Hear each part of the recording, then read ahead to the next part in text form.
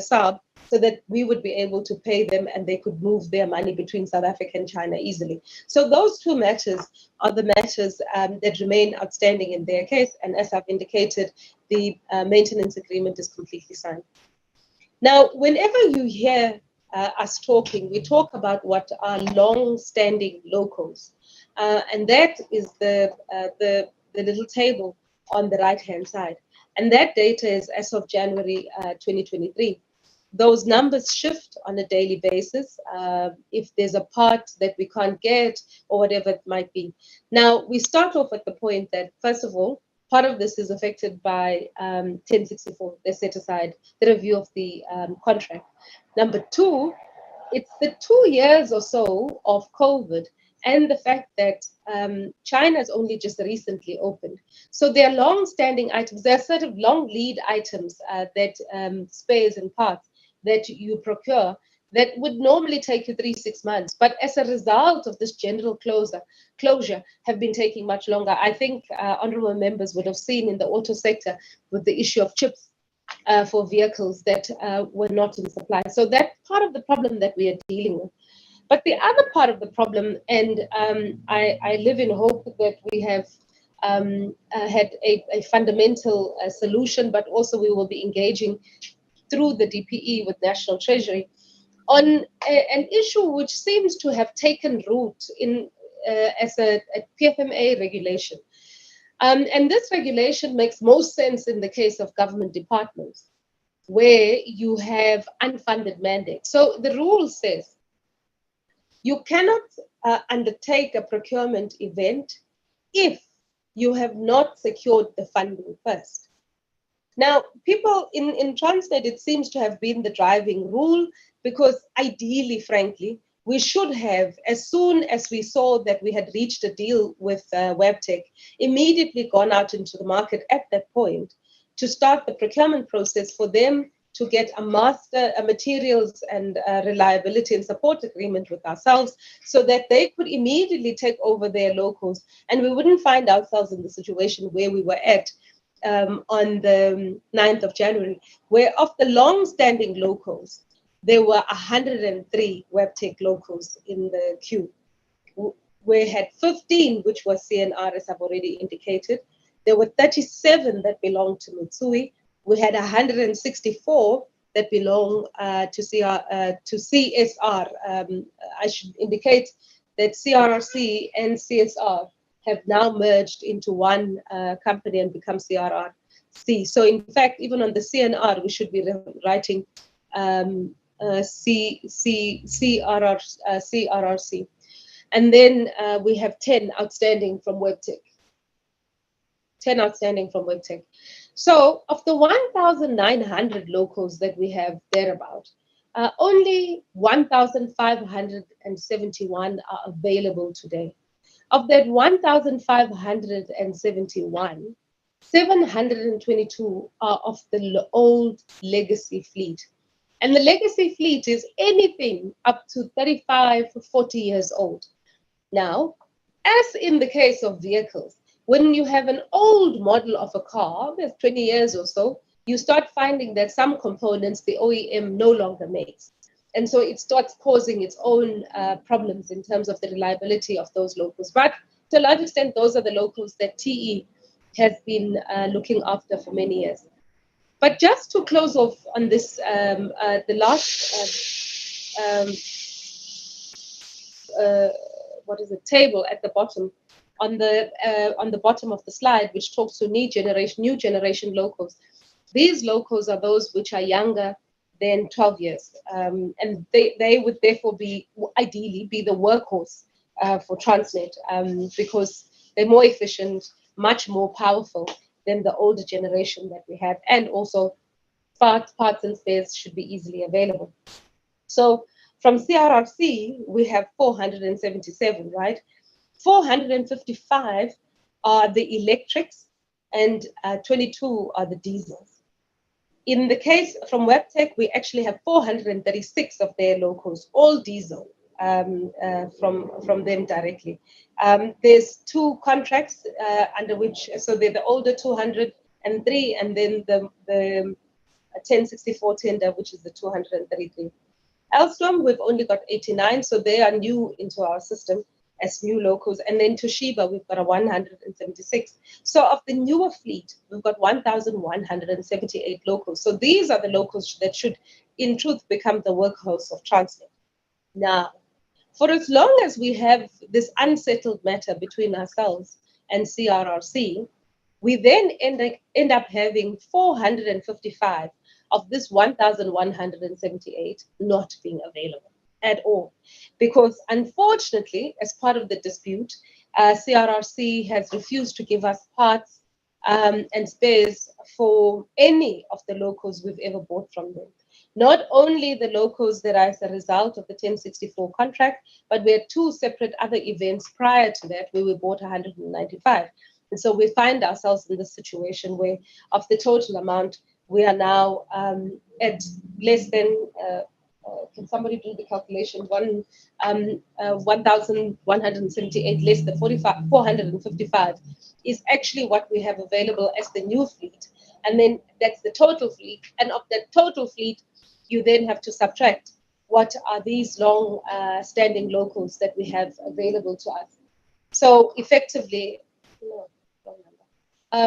so if you look at the last column then was to just indicate the tender that we have undertaking for to ensure that we bring back to service the long-standing locals on the one hand, and also, unfortunately, because we had reached this impasse with CRRC, we put in a tender to get a replacement OEM, which is a step-in OEM. Now, this is literally, you have a Mercedes-Benz, and Mercedes refuses to maintain your Mercedes-Benz, and because it's new, high value, you go to BMW and or whoever else, or Toyota, or any Nissan, or whatever other automaker, and get them to step in and convert your Mercedes into some sort of a hybrid of Mercedes and whatever else. This is literally what that tender is. And it's for that reason that that's a tough tender to be involved in, because it takes a much longer time to sort out. So that tender went out on the 23rd of January of this year. We are having a site inspection. We have a briefing session with all of the bidders this Friday. We have a briefing session, yes, with all of them. I'm confusing. There's another one that I'm going to talk about, which is this Friday. Briefing sessions. And then the OEMs have already been visiting Transnet to look at the locals to decide what's the amount of work that they have to do, and what and how much time it will take, and which components might require a redesign or a re-engineering for it to be able to function properly. Unfortunately, that's anything between 24 and 36 months. It's for that reason that the issue of settling with the CRRC is actually quite crucial for us. So in as far as, I just wanted to end off on that. So of the new locals, we had 1,178, we have, but only 723 are available for us to use in functionally, and especially now that these tenders are out in the market. So the point is, on the locals, we will remain in a tight spot until such time that we are able to either get to a resolution on the CRRC issues. And yes, we do continue to talk to them.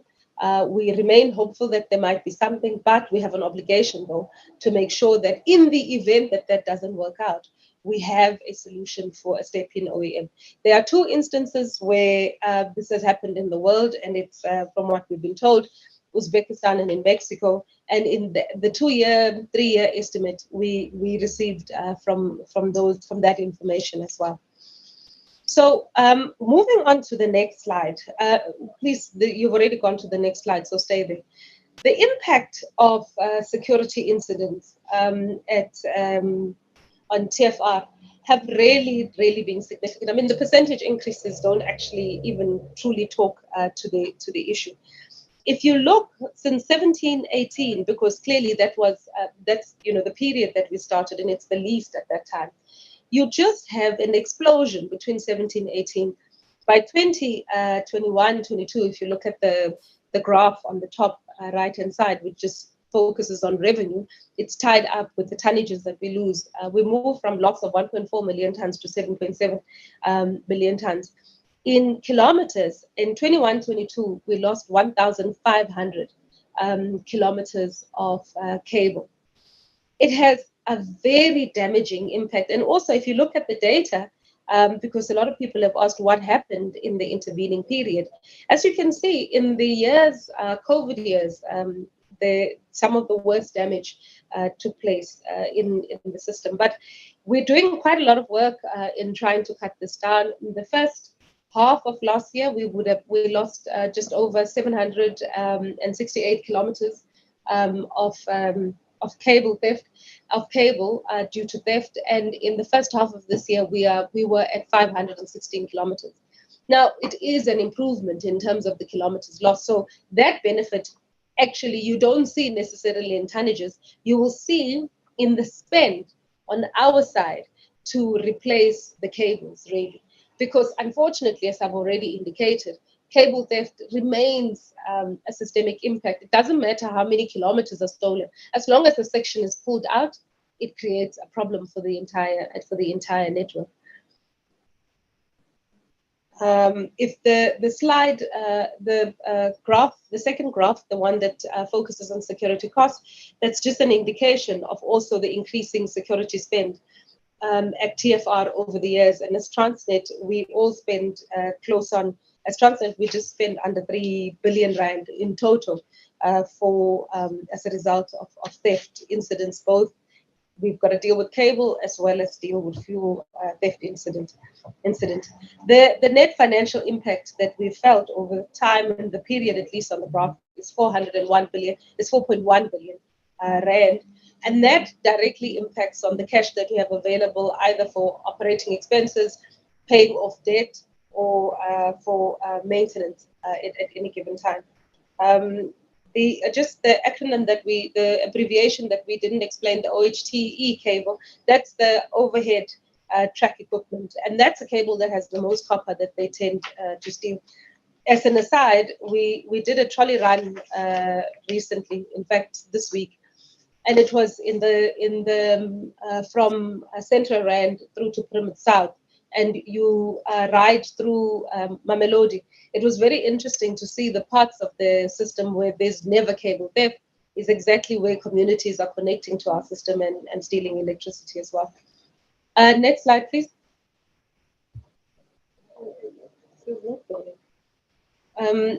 So this honorable chair, is just an indication of where we're at in terms of the initiative to bring back the rolling stock of locals. This should have been at least a slide before this one, so that it ties up in the stories. We, in this year, anticipate when I say financial year, so I should say actually from April 2024, 23-24, we anticipate to the end of the financial year, we anticipate getting 60 locals from WebTech. We're still negotiating hard with them. That means that in terms of the diesels, we start being in a much stronger position. Now, that's really important because actually at a system which is 60% electric, you can understand how much cable theft affects us in quite a large amount of our system. And so if we had a lot more diesel locals available, which were reliable, we then would be able to, in some of the areas, start moving a lot more diesel locals, because that at least answers the question of reliability. On the Mitsui, we hope to get back 18 of the 37 Mitsui that are long-standing. We're still in the process of negotiating the maintenance and reliability support agreement. At the block at the bottom, it indicates what are all of the services that come with this agreement by June 2023. Now, one question that people keep asking us is, why did the locals not have this, the 1064 ones? Is that as you know, when you buy a car, you have a maintenance agreement attached to it. Is why would we not have bought the new locals and had a maintenance and the spare and maintenance agreement attached to it? Not quite sure that I have the answer. I wasn't here. But I suspect it might be this unfunded mandate thing, because you were then signing a maintenance agreement for 20 years. And in the case of CRRC, we've actually signed a 20-year one. That may be one issue. And then number two, they do take some time to negotiate. So maybe there was a timing issue, but Chair, Honorable Chair, please don't take me. I wasn't here. So I don't quite know why they didn't, but the truth of the matter is they didn't. And because they didn't, that's why we have this challenge with the space. And that's why this is so crucial to ensuring that going forward, we will have greater reliability of the locals that we have. I've already indicated the approach to market, which is the second block that we've already done for a step in OEM, and then indicating that in the next financial year, by March 2024, we anticipate to get an additional 47 BT Alstom locals into their system, and hopefully start seeing greater reliability as there's an increase. And in their case, as I've already indicated, we're quite far down the line in negotiating a maintenance spares and parts agreements with them, which would ensure that they, as the OEM, take accountability for ensuring that the locomotives are reliable. The older fleet, we will continue to be responsible for directly ourselves. Thank you, Chair. Next slide.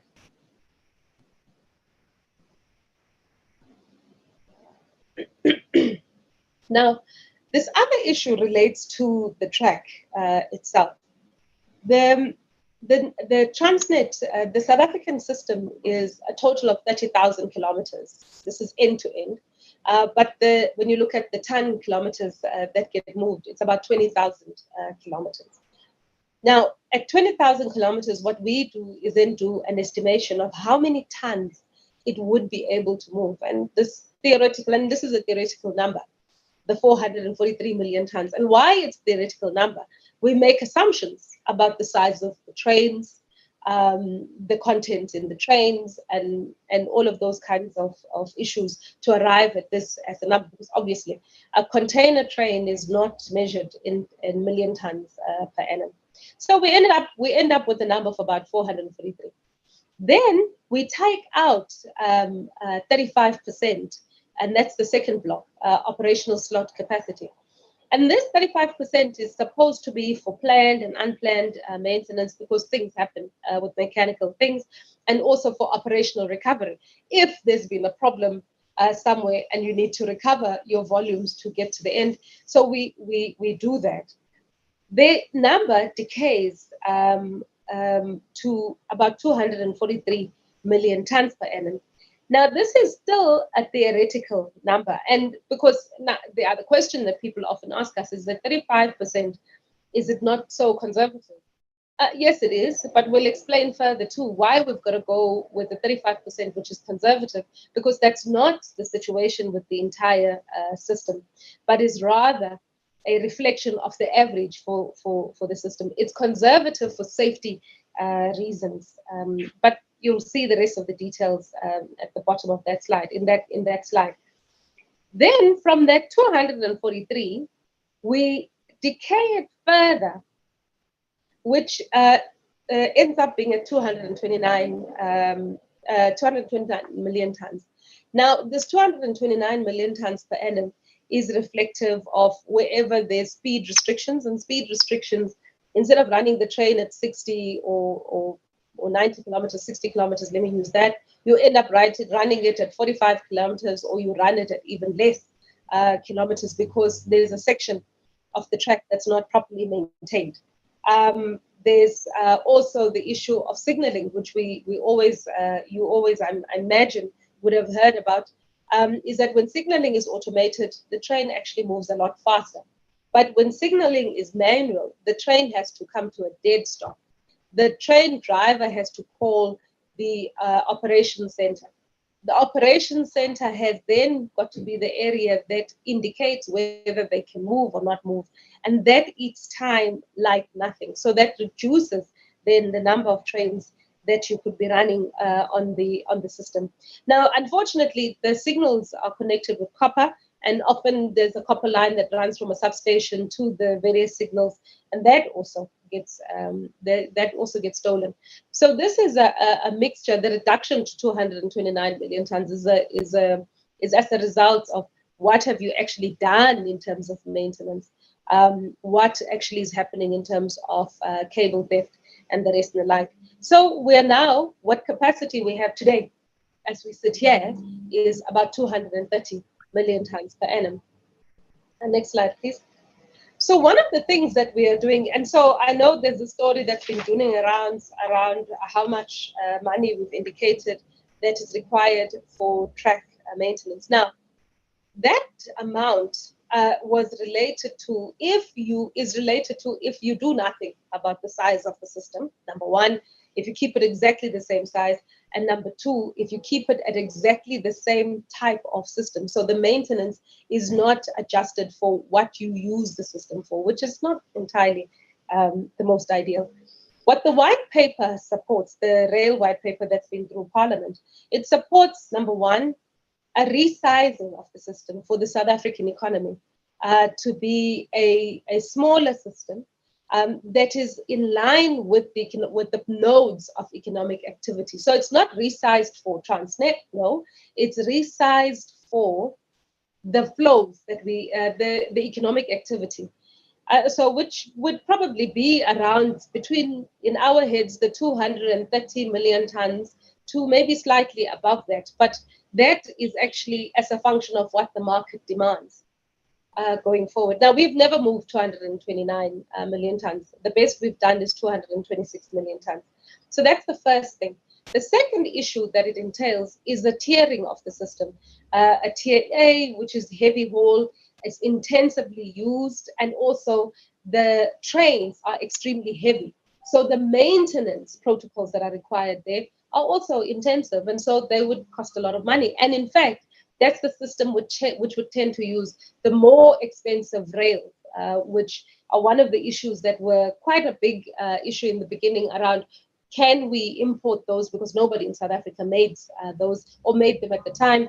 But as we understand it, AMSA has made an investment to supply track in South Africa.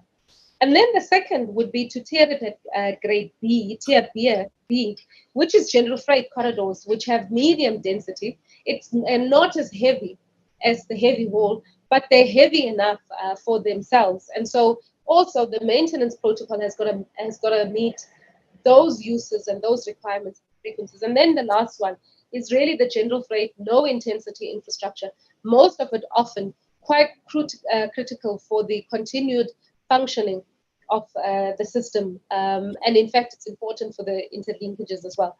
Now, what this is important for is that if we are able, so we would make a proposal to the Department of Transport as they're the parent of the economic transport regulator. Apologies, Honorable Chair, I'm not sure if that is through the system yet at present, but through Parliament, and is waiting for the President to assent. Now, that bill is really important for us, in that that would be then the basis on which we would be able to calculate what is a tariff for the track. And we've constantly said that, and the policy supports that, is that the tariff for the track must be a full cost recovery.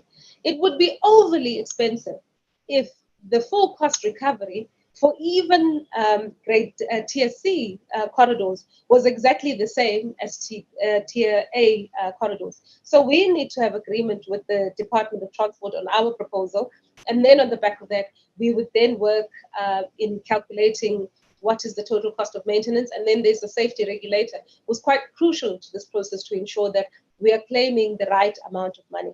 But from a systemic process point of view, long-term going forward, with the introduction of an economic regulator and a safety regulator, at least from the perspective of the South African general public and the users of the system and business and manufacturers and miners, is that you would, for the first time, have actually, in pretty much the same way as happens in the case of TPL and TNPA, who are regulated, you would have a compulsion on the side of Transnet that they vote, when we allocate our cash, we prioritize the areas in which are regulated and where funding has already been allocated through the industry and the system itself. So that absolutely is crucial for us. So by the time this is done, we would then be able to approach the Department of Transport, the Department of Public Enterprises, and National Treasury and indicate what is the amount of funding that's required for the track, not the operations, but just for the track,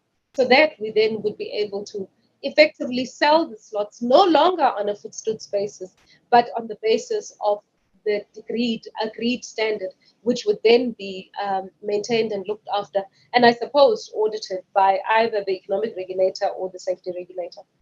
And then last on the slide, which is the digital tool, and I'm certain honorable members would have heard this as well, is we don't have a train, an integrated train planning tool. Now, this is really crucial for us because it would then help the infrastructure manager. If you recall, one of the things that I said that the 35% is conservative. It's conservative for the fact that we do not have this tool, first of all. And secondly, I suppose until we get to a point where the maintenance of the track is at the standard, we then would be able to, with confidence, say that, remember that 35% that I indicated, that on the Sishin Saldanha line, we only need 25, we need to remove only 25% of the capacity for maintenance, scheduled and unscheduled. Now, it is absolutely important, this issue, because if you're taking out, if you're subtracting theoretically more than what you should, if you can see, you are actually mopping up capacity that actually is there in the system that you've invested in, but you can't use it. For safety reasons, you've sterilized it in effect. The real risk for the economy, because in the end, it's not just a risk for Transnet. Transnet is the conduit directly, is that you end up having an over-investment because actually you have the capacity and you say you don't have the capacity. It is absolutely crucial that we get to closure on this one. We've issued a tender, which is a global tender in December, on the 15th of December. And yeah, we've said that we're looking for a digital partner because actually there are various modern systems that we need to bring in into TFR to ensure that we can run a sustainable and efficient rail system. Also, that we are able to run a system that does third-party access on an efficient basis and actually is auditable, because obviously having other players in the system, they might have issue now and again with us, and we need to be able to have a system on which they can either lay their charge and or on which with which we would be able to defend ourselves. So this is absolutely crucial. We hope, it's quite a complicated tender, honorable members, is that we hope that by the middle of the year, July this year, we might be able to come up and have indicated and selected a partner with whom we would then roll out the rest of the initiatives. Now, it's crucial for us that we close by then, because as honorable members would know, we have made a commitment that by October this year, we would have the infrastructure manager in place, so that by the beginning of the following year, we would have we would be able to do the next phase of slot sales. Members, can I ask that we skip the slide immediately, and then I'll come back to it, because I don't know, the rearranging of the slide doesn't type up my story. I'll come, next slide, and then we'll go back to the previous slide. Next slide, please. Okay, so this concludes basically the previous section, members.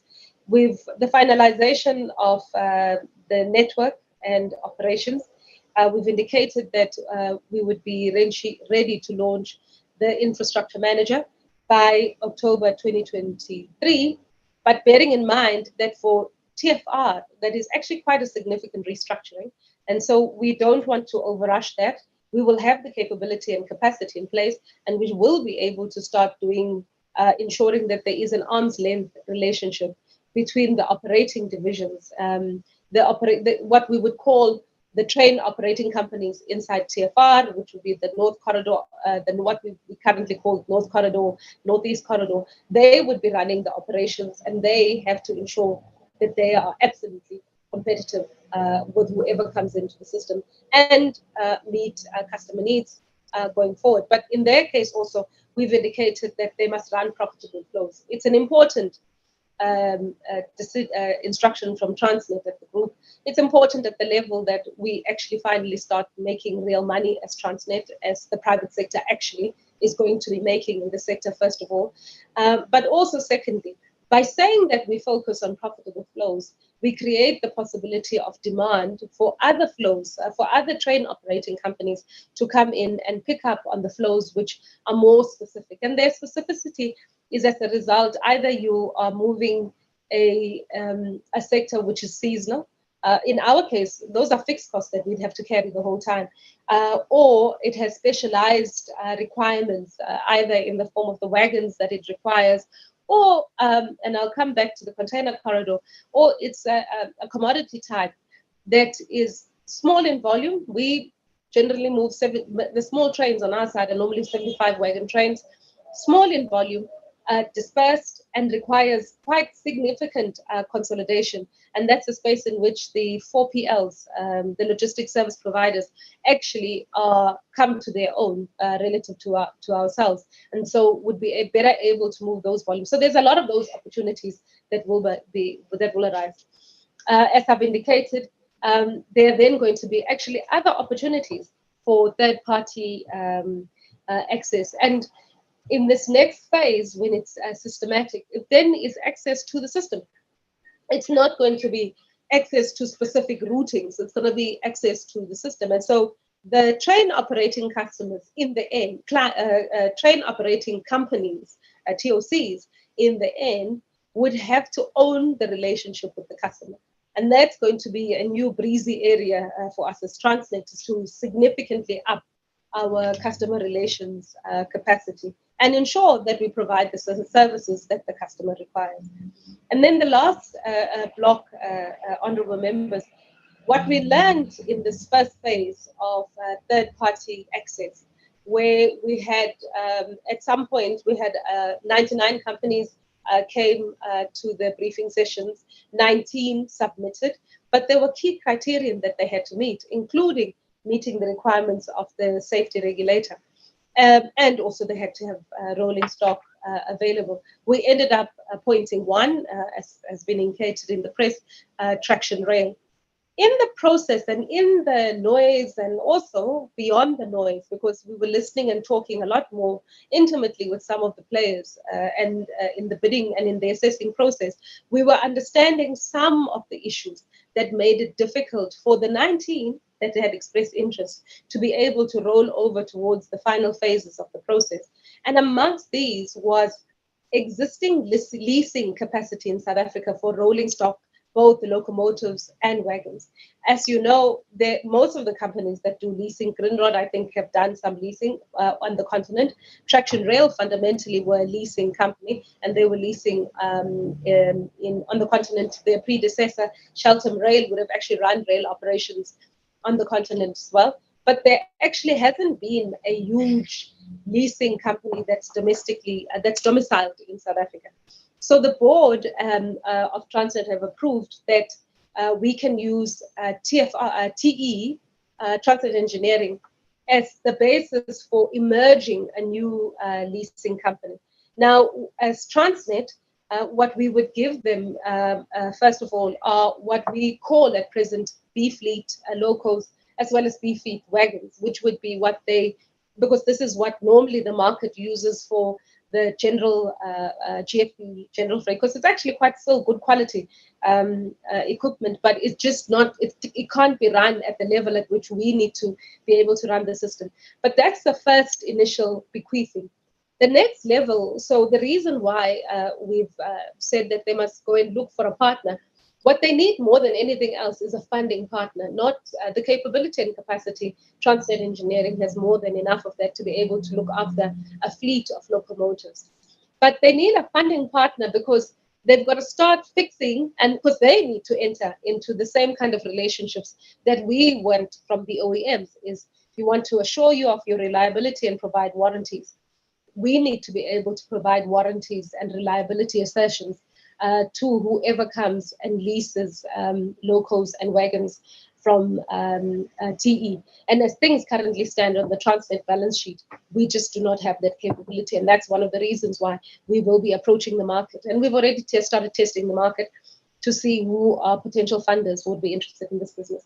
With this in place, the national white policy is implementable and should be able to move. The other dimension, which I want to raise, honorable members, which I do think is important. One, we're quite far, and I think we indicated that at some point, was the issue of the bargaining council and the reformation of the Transnet bargaining council into an industry bargaining council, so that anyone who comes into this sector belongs to the same bargaining council, was one way in which we'd ensure that workers were protected and their benefits and their rights would stay pretty much unchanged. One of the things that we're working with, and Dumian is on the call, so he can take additional questions on that, was that we would create a bargaining council which has various chapters, pretty much in line with that tier A, B, C, because the heavy haul operators are a type of operator.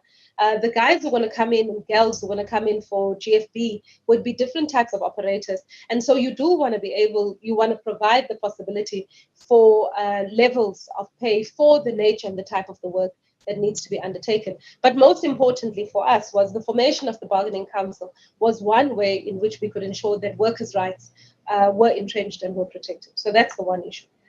But the other issue, honorable members, which unfortunately has not been resolved and needs resolution, is the question of localization. Now, as Transnet, you see, we'll show you the work that we're doing, and I would hope that as the year progresses, we might be able to actually physically show you the quality of the work that we're doing around how we are driving qualitative localization and not quantitative. And I make the distinction. Qualitative in the sense, and I think if you called any of the suppliers, small, medium enterprises, which are suppliers to both state-owned companies and the private sector, the one core issue, and probably worst in the state, to be very honest, because in the private sector, they're driven much more by commercial arrangements. In our case, first of all, we didn't have long-term contracts. So we could do a contract, as and when contract, and that's probably the most pernicious contract you can ever have with a state-owned enterprise, and we've got one or two companies which are bleeding as a result of that. And an as and when contract is, I have a contract with you that you're going to supply me whatever, wheels or whatever, pantographs or something. And I don't say to you at the beginning of the year that my demand this year is going to be X amount so that you can then plan and budget appropriately in the company. I just call you and I say, I need X, and then you make available. Your company is in trouble from the get-go, because the demand is lumpy, and because it's lumpy, you have problems of excessive pricing, funding requirement, and then moments where you've actually got no cash coming in because we're not buying. So we want to move away from those sorts of contracts. And then also we were known, Frans, what's happened? We were known to have also contracts which would end up 6 months. I mean, in a 6-month contract. And then, so what we've changed now is that we can enter into a 5-year to a 7-year contract, and the contracts are renewable. And on the back of us working together and your performance, what that means for the first time is that, and also the other obligation, which is important, is that on an annual basis, we now have to sit with you. And fortuitously, and I'll indicate one of the elements, the dimensions of having the OEMs now being responsible for spares and reliability is quite crucial, is that between the OEM who has this obligation of 90-95% availability, they then have to sit, and ourselves as well, is sit with the supplier and say, this is the demand for the year, so that you are able to invest, buy equipment, modernize, innovate, and also, number one, and that's why we moved to 7 years, we were talking to the funding, the DFIs and the funding institutions. Most people who buy capital equipment, payback period for that capital equipment is anything 3-4 years. And so if you have a 7-year contract, you put yourself in a situation where you can be able to make the investment. And then in the last 3 years, you're making a return in the investment, which is the reason why you're in business in the first place. So quite a substantial change has been done in that area so that we can move to a much more mature way of localizing and building companies, and not just giving little bits of work and then taking the work away and destroying companies. So you would then ensure that there's greater sustainability of these small, medium enterprises. Now, the localization requirement is only on us as state-owned enterprises. So if you have, and unfortunately for Traction Rail, I'll use them as an example because they are going to start operating from the 1st of April. So if Traction Rail wants to go and buy a new loco or new wagon, they are under no obligation whatsoever to buy it in South Africa. They are under no obligation to ensure that there's local content. And so what that means is that they buy the equipment from the least cost supplier, which is not available to Transnet. And I really do think, and I mean, look, advisedly, the parliamentarians and are the policy makers, as well as the departments are responsible for policy. Well and good, if that's the decision, that's the policy that gets retained, and we let the private sector operate outside of this localization and designation framework, that's fine. But then I think it actually would be really crucial for, number one, for all of us to remember that getting into this model, we ensured that we tied Transnet's hand behind its back, one. Number two, and also we find that in a regulated industry, we did not use the opportunity to ensure that we find opportunities to mess up and scale the opportunity that's available for small, medium enterprises. But honorable member, this issue of localization for us is an urgent matter before we get to full-scale rollout of third-party access. Can I ask? So that's the overall. Chair, I'd like to go back to then. Can you please go back to the slide on the container corridor? My worry is that your time, I think you move beyond your time. I think you are too relaxed to as a result, you take more time. If you can, at least in the next 4 to 5 minutes, complete your presentation, it will be better. Apologies, Chair. I really did not pay mind to the time, and the people I'm with here were not alerting me to the time. Can you go to the previous slide, please? I'll try and I'll do one other slide, Chair, if you don't mind, to close off. This is the issue of the container corridor, and this is the operating lease that we've advertised in the market recently. I don't have the date. Oh, it went out on the 27th. Oh, no, I don't have the date. That's not when it went out. Sorry, Chair, I don't have the date when it went out into the market, but it is anticipated to close around, it went out on the 27th of January. But that we are having, that's the one that we're having briefings on this Friday to see would be interesting. The slide I want to, so the top graph, the top diagram is just an indication of the profitability of the various corridors that we have. The two which are loss-making is the central corridor with the loss of minus R1 billion. And then the second one is the 2.3 billion. Now, the central corridor is an essential corridor for the whole system because it's actually the interlink between all of the other lines that go throughout the country. So it's a loss by virtue if you look at it in isolation, but when you sort of like add it up to the others, it probably is not a loss necessarily. But the container corridor is the two lines that run, the two electrified lines, which suffer extreme cable theft, that runs from City Deep through to Durban Port. And the graph at the bottom, the diagram at the bottom, the red indicates the losses that we've incurred over the last couple of years. And as you can see, that's approximately 19 billion rand. And we couldn't see that that would change anytime soon. If you go to the next slide, I think I'll leave that for a question because we can then explain in greater details about what are the drivers of that corridor relative to the drivers of the other corridors, because that corridor is the one where we move containers, agriculture, as well as vehicles. And because those commodities are light, We just are not able to get a full cost recovery from them from the operations side. One of the things that we had raised was if we had a subsidy for the infrastructure, and that would have to be a permanent subsidy because no matter who operates on that is still going to have, there'd be some issues. And that's why we put it out on a 20-year operating lease into the market. And our sense is that the people who can make money out of that are the companies who would be able to look at the whole value chain, for whom arriving at the port on time and getting onto a vessel fast matters, number one. Number two, as I've indicated, the companies that control the cargo centrally.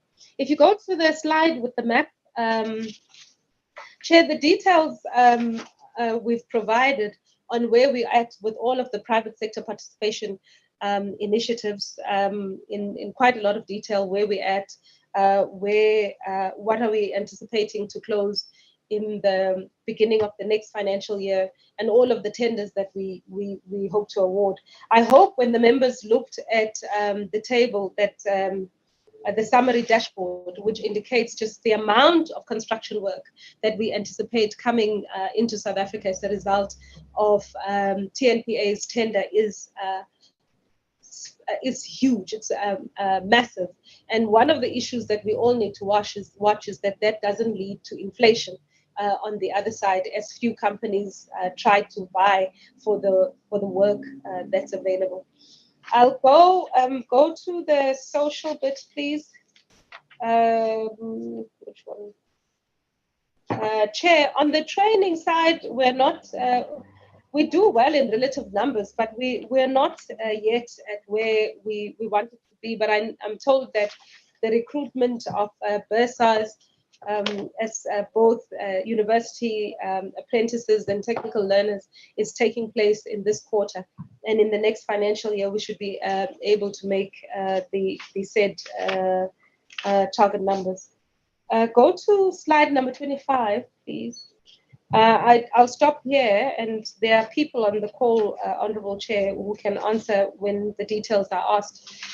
What we've been able to achieve in terms of spend on enterprise and supplier development, the target is 3%. As of audited by March 2022, we had 16.7%. On local content, the target is 70%, and we are at 72%, and we continue to drive this.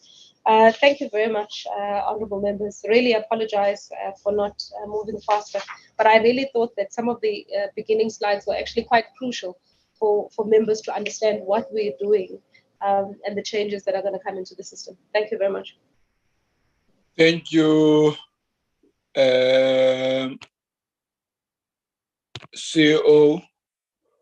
Now, honorable members, that is the presentation that we got from the GCE of Transnet. We will be checking if the board chair was here, or Ms. Lehlape would like to say something now, or he will be respond when we engages on the report, on the presentation. For now, I will just go straight to honorable members accordingly. I just want to check with you if Ms. Lehlape is in a position to talk now.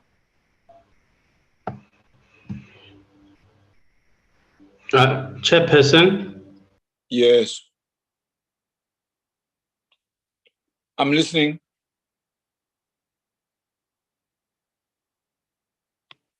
Can you hear me, the chairperson? I can only hear you now. Yes, thank you.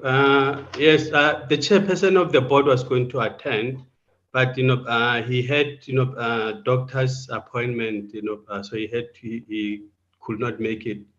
So he asked that we apologize for him. Okay. Let's go straight therefore to honorable members. Honorable members, that is the presentation. I will start with Honorable Dlamini, followed by Honorable Kachalia, followed by Honorable Maotwe. Start, Honorable Dlamini. Thanks, Chair. Good morning, colleagues. And everyone from Transnet and the board. I have a few comments. Some might take a form of a question as well. Looking at Transnet and how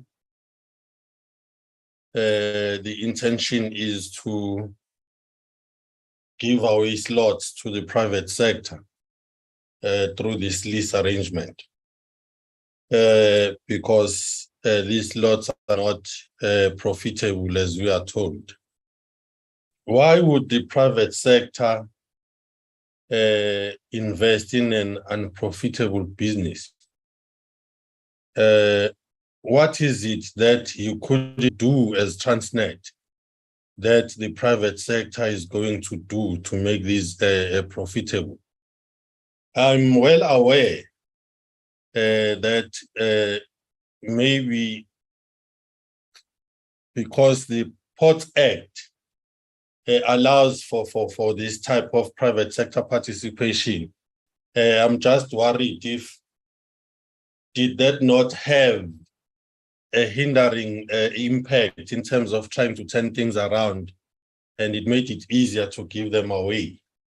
That's the one part. Two, Chair, maybe Transnet can just give us an understanding of what is the plan with Pier 1 and Pier 2 at the Port of Durban, insofar as the private sector participation is concerned in that space as well. Three, as the group CEO has just alluded to the fact that the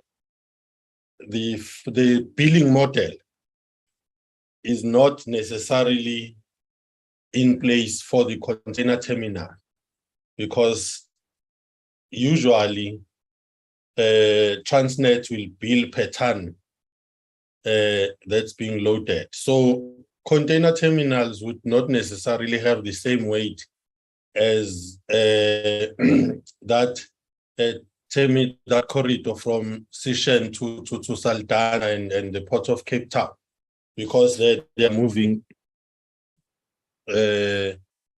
commodities which might weigh a bit more than your flat screen TVs, which you'd mostly find in the container terminal and furniture and whatnot. What sort of billing system does Transnet have?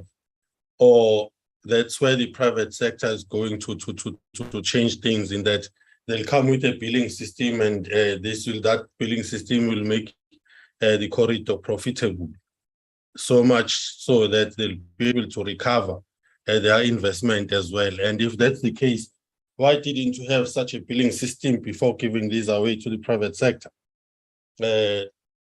The other thing, Chair, is that Transnet has said to us when we went there for oversight that there is no back of port in KZN.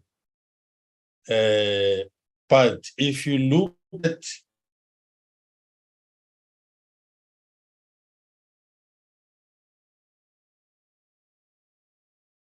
there's an area there that's called, I'm not too sure if they own or they're renting. Transnet Properties would have better answer to that. But they've just built a warehouse there. And how does Transnet support that operation? And what sort of revenues do they generate from that operation? Chair, you see, back when the thing was not separated into PRASA and Transnet, you'd have goods moving to various warehouses, even when they get to Durban. You'd have sightings in Merebank, you'd have a sighting in Umbilo, you'd have sightings that was going towards the Durban Jacobs and whatnot, that line going to Jacobs. There were many Jacobs and the Bluff right into the port. Those were busy. But now, because of this separation, it's not clear, Chair, who is responsible for the maintenance of these lines and who foots the bill. Because, as you know, Chair, PRASA and Transnet owe each other money, and it's not clear who's going to pay whom when. These are the problems that came with the separation. And there seems to be no imminent solution to this.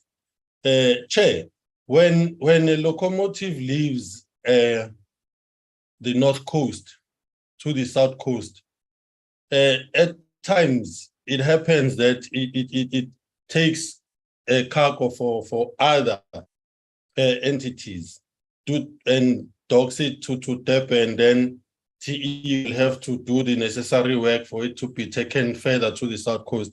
What sort of revenue is generated from that type of an exercise? And how does TE get involved in this insofar as these spare parts are concerned? Look, I understand the model that the GCE is presenting of an original equipment manufacturer and then want to retrofit when you find other people to handle this. But you see, if you look at countries like China, China have been able to replicate parts from anywhere. They buy a machine, put it, dismantle it, and then try and reproduce each part and reassemble, then start producing that like that. So can't our engineers at TE do the same with these parts so that we are not in a position where we have to take from a locomotive to get spare parts, because that then decreases our fleet. We seem to be more leaning towards giving out tenders, which are going to cost money, yet we say Transnet doesn't have money. So what are the cost-cutting measures insofar as trying to deal with spare parts? Are they in place, maybe insofar as how Transnet wants to plan for these things? Chair, the issue of the bargaining council, it's quite interesting because it will mean there will be no one union that will organize the Transnet, because Transnet wants to position itself as a number of companies under one umbrella, but these companies are independent, in line with the unbundling process that we have followed at Transnet. So has the Labour been engaged on these discussions? What's the view of Labour in this regard? Thanks, Chair. Katalia. Thank you, Honorable Dlamini. Thank you, Chair, and thank you for the presentation. By way of introduction, let me just say in the beginning that it says at the bottom there that this is confidential information. When it comes into this forum, it's not confidential. By way of introduction, Transnet's issues are, as I understand it, debt, operations, legacy, and present incapacity of serious proportions. And yet, cadres are deployed and accept these hospital passes to fix what seems to be the unfixable. It almost makes ESCOM look like a picnic. Yes, I've said there are legacy issues, and I accept that, but I don't buy the argument about low economic growth causing havoc. That sounds like special pleading to me, and frankly, that's what the executives are paid to respond to. But to begin with, let's look at debt for starters, because, and that has not been addressed particularly here. Here we are in big trouble, which is now being provided a band-aid of a 1 billion bond at a coupon, dollar bond at a coupon of 8.25%. Why do I say band-aid? Because it's more debt being used to cover existing debt. Am I correct? This is part of a $6 billion global medium note program. This will be used in part to cover 2 bond repayments of 1.1 billion rand, now on the 7th and the 13th of February, which is just gone. So, as I see it, there are no green shoots which the minister referred to previously. A profit was only be able to be shown because debt was deferred. But 11 outstanding loans require interest cover of at least 2.5 times, and you can't meet this. Is that correct? Now, factoring the new bonds, what will your cover needs to be? Will you be able to meet this realistically? I think not. This against a background of rising interest rates and a volatile rand, we're looking for trouble. Mercifully, this represents a relatively small beer for international investors, but it's hardly, as was stated, a vote of confidence in the company. Remember that you are being held hostage to internationally denominated debt. Where are the local investors? None that I can particularly see. Standard & Poor's global rating is BB negative with a negative output. That's 3 notches below investment grade. They've given you 3 months to address liquidity and refinancing risks. Can you meet this? I think not again. Then there seems to be no local appetite for loans, so you've gone offshore with all the attendant risks that I've said. You need 111 billion rands for TFR alone over the next 5 years, while you scramble to meet debt obligations.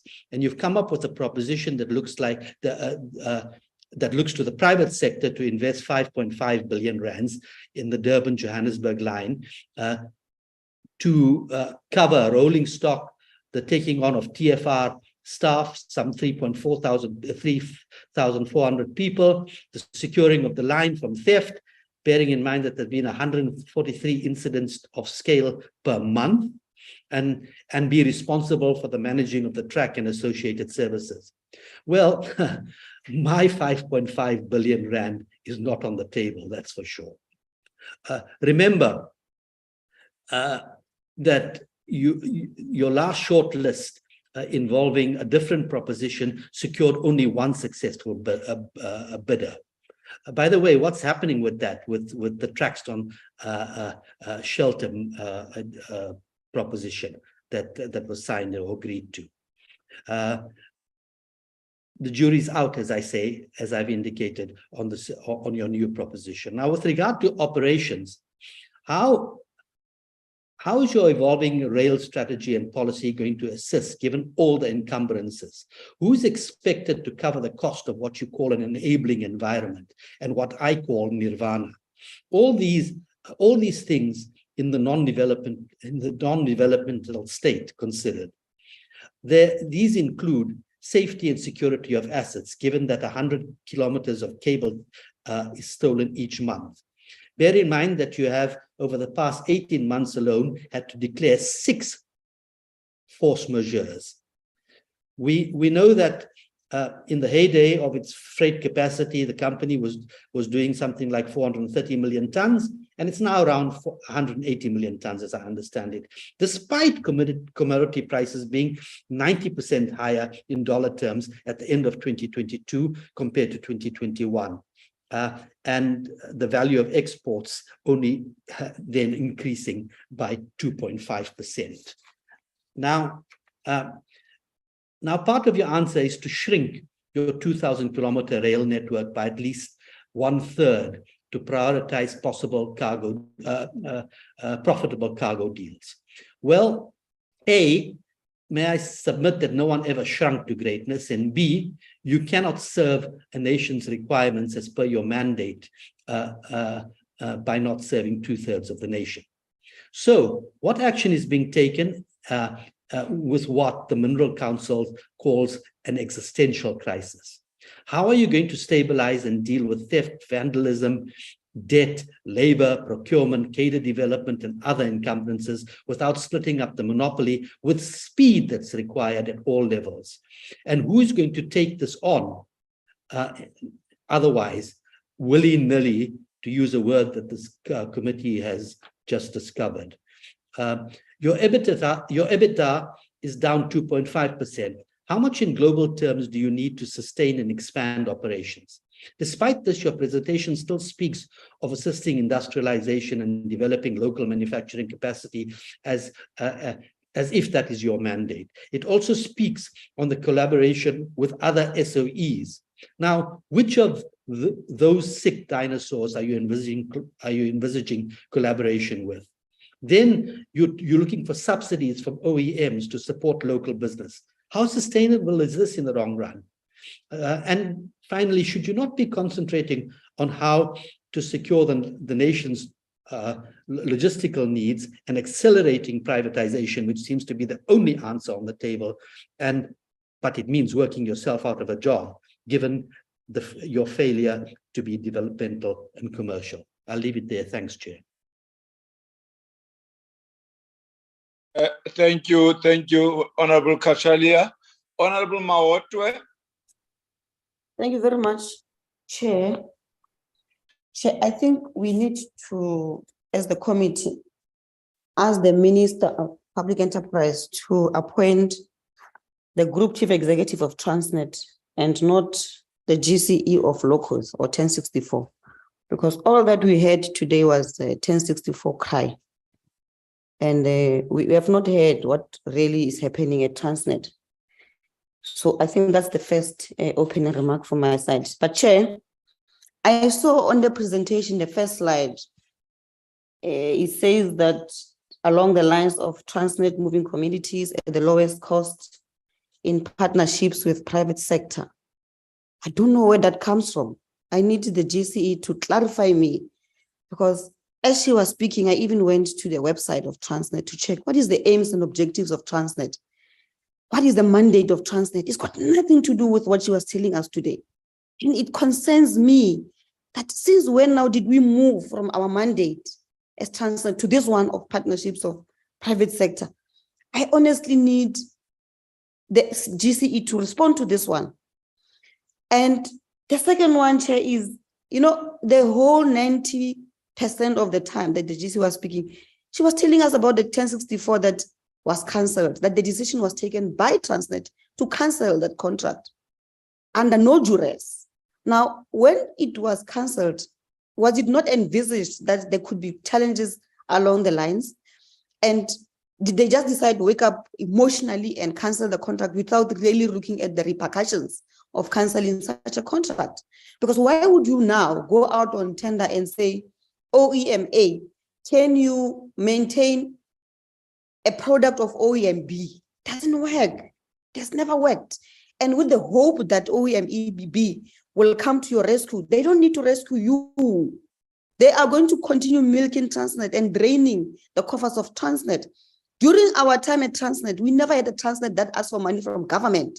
Today, Transnet is asking for money from government. These are such issues that makes us even more sick to even think about what is happening currently at Transnet.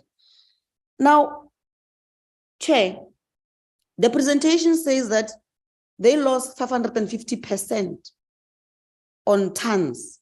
I imagine is MTPA. My question is, with that loss of so many millions tons of cargo per annum, 550%, why is it that the whole management salaries remain the same? Why aren't they reducing their salaries by 550%? Because this is a reflection on the leadership of Transnet that is currently leading Transnet. Why is it that Transnet is sinking, and yet the salaries of those that are leading Transnet remains the same? The presentation was all about the reasons why Transnet must be privatized, and want to congratulate you, GCE, that you got it right. You privatized Transnet, even at a time where we have always been advocating that you can't privatize a state-owned entity. So how will the situation of you privatizing Transnet assist in any way? How are you going to regain the volumes that you've lost? You said in one of your slides that your slot capacity currently is sitting at 229 MTPA. But those are the volumes that we used to move not very long ago. In 2016, 2017, 2018, those were the volumes we moved during the Siyabonga Gama and Brimol time. which meant that the capacity was far much more, because you can't say they moved at 100% capacity. It's not possible. So correctly, you are saying theoretically you should be at 440 something. That's correct. But you can't say to us, currently you are sitting, what has happened, what has led, and what have you done to make sure that we don't find ourselves in the situation that we are in now, of half of the capacity gone, just like that. Where did it go to? If it's not gone to you opening the gates for private sector to come in and take the bread of our children. What will be your legacy, GCE, when you leave? Because from what you've presented and what you've done for Transnet so far, instead of taking Transnet to even higher, greater heights, it's been going down and there's no hope. Maybe that's why the president was talking about that we live in hope. It's a hopeless situation what we find ourselves in. There's no hope that we'll go back to over 200 million tons. So what exactly is your legacy? What are you going to tell our people? You've demonstrated no capacity, no capability, none whatsoever. So what is it that you say I will leave behind for Transnet for me to be remembered for, if it's not privatization? The last one, Chair, is that, and you captured it in your opening remarks, Chairperson, that we've been inundated with calls from employees or former employees of Transnet around issues of HR and all that. And we've been communicating, I personally have been communicating with the leadership of Transnet at whatever level. And I'm happy that they're giving such issues and attention. And I won't bring them here out of respect. I'll give Transnet the opportunity to resolve the employees' issues without us creating any attention anyway. But I'm just hoping that it will be resolved amicably without jeopardizing the future of those that worked for Transnet and their children. I thank you, Chair. Thank you, Honorable Mawatwe. Can you lower the hand? Oh, yes. Sorry, Chair. Okay. Honorable Piri.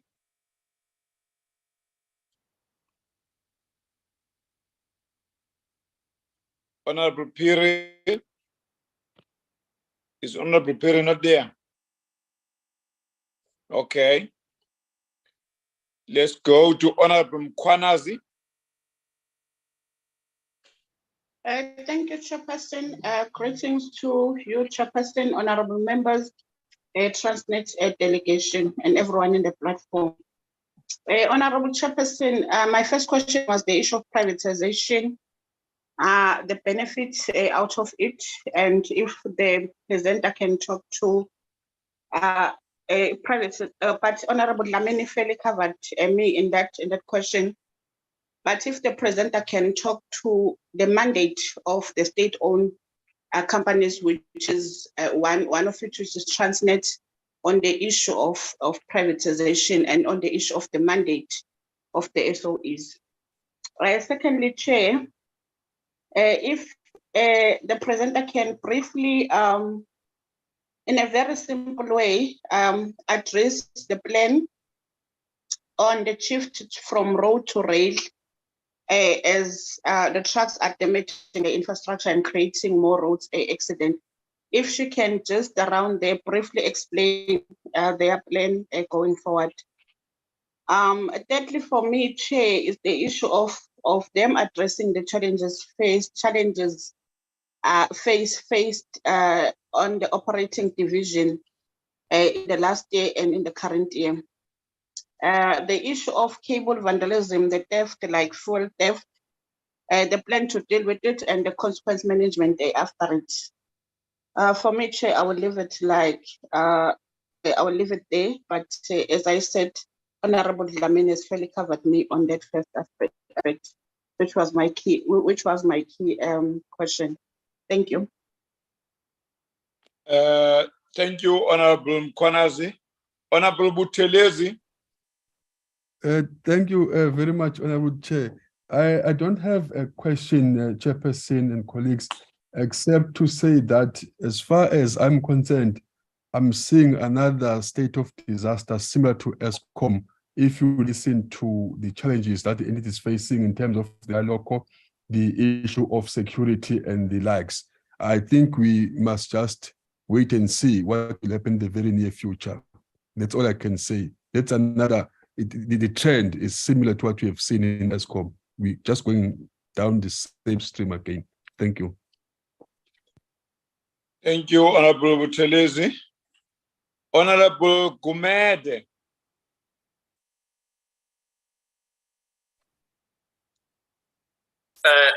Thank you, Chair. It's yes, it's still a good morning to everyone. Hey, Chair.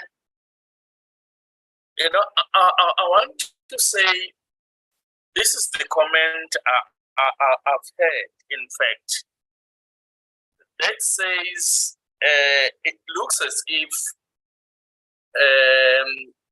Transnet is so sophisticated, complex, in such a way that it shifts the focus from the entity at all.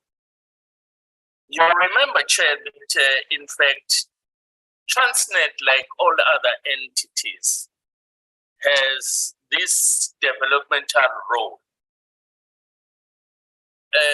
But it looks as if because of its complexity, it's shifting slightly and it's being derailed. Its focus tends to be much more commercial. Hence, all of us, or if not many of us, seem to be identifying the interest, the new interest that Transnet is developing. They are much more concerned and much more focused on private sector, using the private sector, whereas theirs was to more develop locals, SMMEs, and because those SMMEs and locals don't have the money that in fact may be required by Transnet, and then they shift its focus. Chair, you will understand that the 9 segments that they've spoken about, it makes Transnet to earn 85% of in terms of the revenue. But in all that, the private sector is in playing a very critical role for Transnet then to be in a position to get that 85%. Secondly, the container corridor, you'll get into Joburg. It's highly contested. The 20-year contract where the SMMEs and the small contractors are in fact contesting. It looks as if they see themselves having not to benefit from the slices of the cake. So it's critical for Transnet. It's unfortunate that today we've got a very limited time, Chair, as you have said. You know, we needed a very little bit of time very soon from us who are coming from the villages at 1:15 to be at the bus stops, waiting for the buses to take us to the meeting. So we needed more time. What Transnet is to do for us is to be presented. It looks as if there is a little bit of a lull. You know, if it looks as there is nothing. The locomotives that are idling, doing nothing, rail not maintained, and the theft and all those things. We need a program that says, when is Transnet beginning to address all these challenges that they are facing?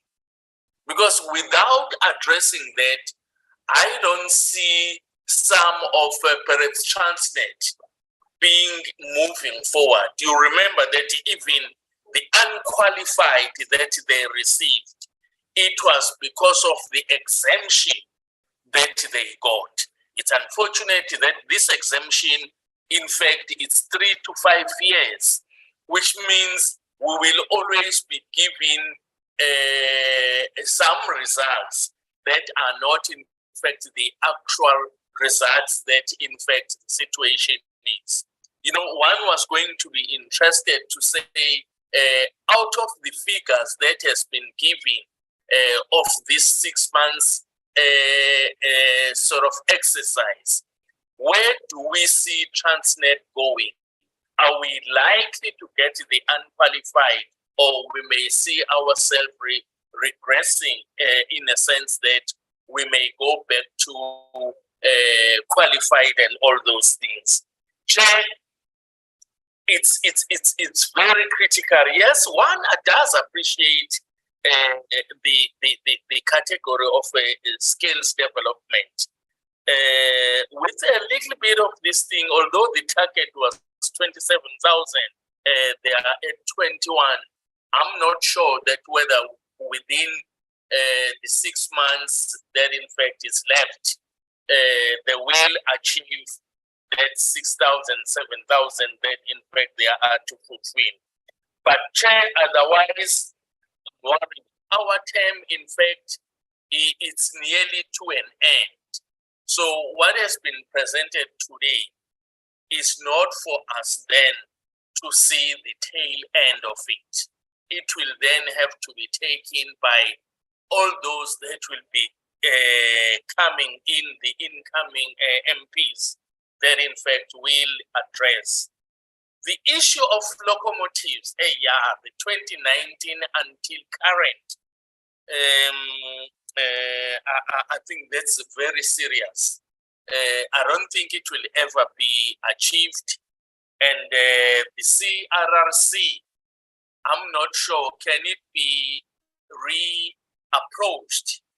Because you see, Chair, what looks the case here, if now they are reluctant to assist in the maintenance of these perhaps locomotive trains, it's a situation, it takes 36 months.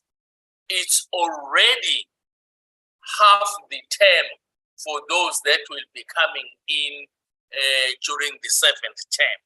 So it's very serious and it's critical, Chair. We need a series of endeavor to make Transnet, complex as it may be, critical as Transnet may be, but it looks as if it's sliding slowly. We may find ourselves perhaps in a very serious situation where Transnet breaks, in fact, on our hands, and we lose Transnet. We don't want to. But I wish them a good luck that all what they want to achieve. It's very serious debt is there. The 111 that they are looking for, they did request the 50 million from I think, it's from Parliament. But it looks as if it's not working out. But Chair, we need more, little bit of time to discuss Transnet. It looks serious. Otherwise, it slips down. We may lose it. We don't want to lose it.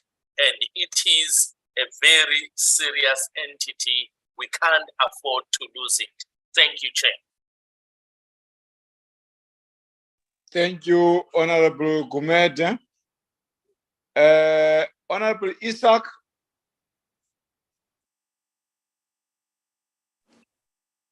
Thank you, Chairperson. Morning, colleagues and colleagues from Transnet. Chairperson, lots have been said. I'll try to be brief in the interest of time. It's already 11:50. The issue of course, the impact of the rail security incidents, and it's been clearly pointed out in one of the slides much earlier, if I can recall, where there's been losses of some 4.1 billion rand. And there's of course been the tonnage loss, which has increased by some 550%. I mean, this is serious stuff. So the question arises in that, I mean, what serious and sustainable plan, Chairperson, has been put in place to mitigate this? I hear the presenter saying that they are finalizing contracts. Yeah, sure, it's one thing to be finalizing contracts, but I mean, in the meanwhile, in terms of the day-to-day running of the business, what serious plan has been put in place as a matter of urgency to mitigate these huge net losses? Of course, it was also pointed out in the presentation that there has been a failure in resolving various critical, strategic, and operational challenges. Now, the inefficiency of the rail network has forced companies to shift their goods, of course, as we all know, from rail to road. There has been a huge reputational damage, of course, also suffered to Transnet, just as it is across the board with every other state-owned enterprise. And the question arises, how urgently is Transnet then addressing this reputational damage? I haven't heard anything about that. Chairperson, again, obviously, we have seen a decline in cross-border sales. How will this be addressed to boost the cash flows and, of course, to cover the expenses? The private sector participation in the Durban Container Terminal, and if I'm pronouncing it correctly, the Ngura Container Terminal. What is the progress thus far on that private sector participation that was somewhat concluded or agreed to? And my favorite one, of course, the fuel theft on the pipelines. Gosh, Chairperson, I mean, this thing remains an annus horribilis, if I can put it to you that way. What is the way forward regarding this fuel theft on the pipelines? The issues of irregular, fruitless, and wasteful expenditure. Has consequence management been instituted against the perpetrators of all this fruitless, wasteful expenditure, or are people just continuing to just live off the fat of the land at the cost of the state? I haven't heard anything about that one. Neither have I heard anything regarding the Auditor General's findings for the 2021-2022 financial year.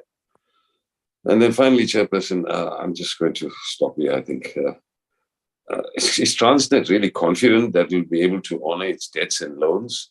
It was alluded to by my colleague that they just are unable to honor their loans. Are they going to just come back to National Treasury and ask for yet another bailout? I'd like to hear their opinion or expressions on that. Chairperson, I'll leave it there for now. Thank you for the opportunity. Thank you. Okay. Okay, thank you, Honorable Isaac. Honorable Komani. Thank you very much, Chair, and good day to honorable members, and thanks for the presentation so ever. Chair, one becomes a bit worried. What is Eskom heading for privatization?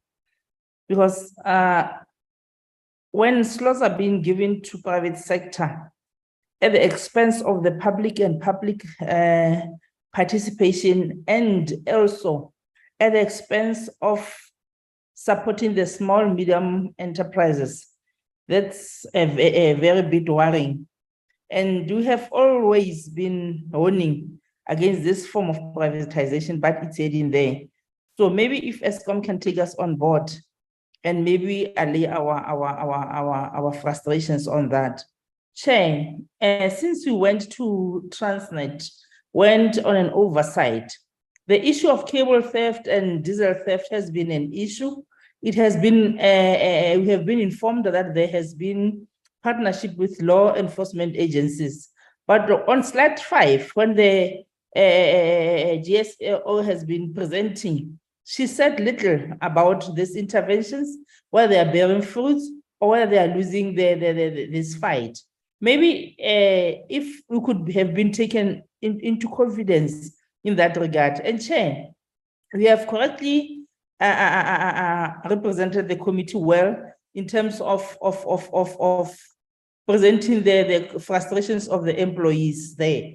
We're hoping that we're not going to get another frustrations as other entities we've been getting. So we humbly request that Transnet amicably deals with these measures and does not wait for everything to get out of hand, because by virtue of employees coming to the committee members to complain, it shows us that there's something to worry about. So maybe if they can then come back and take us into confidence as to how are they, whether they have resolved those things, not in the main to give us details, but to give us confidence so that we as well can report to our constituencies who are the employees who are working at those, and as playing our oversight, we are better positioned to can measure. Well, even though we are not CCMA, we're in a better position to can measure the engagement there.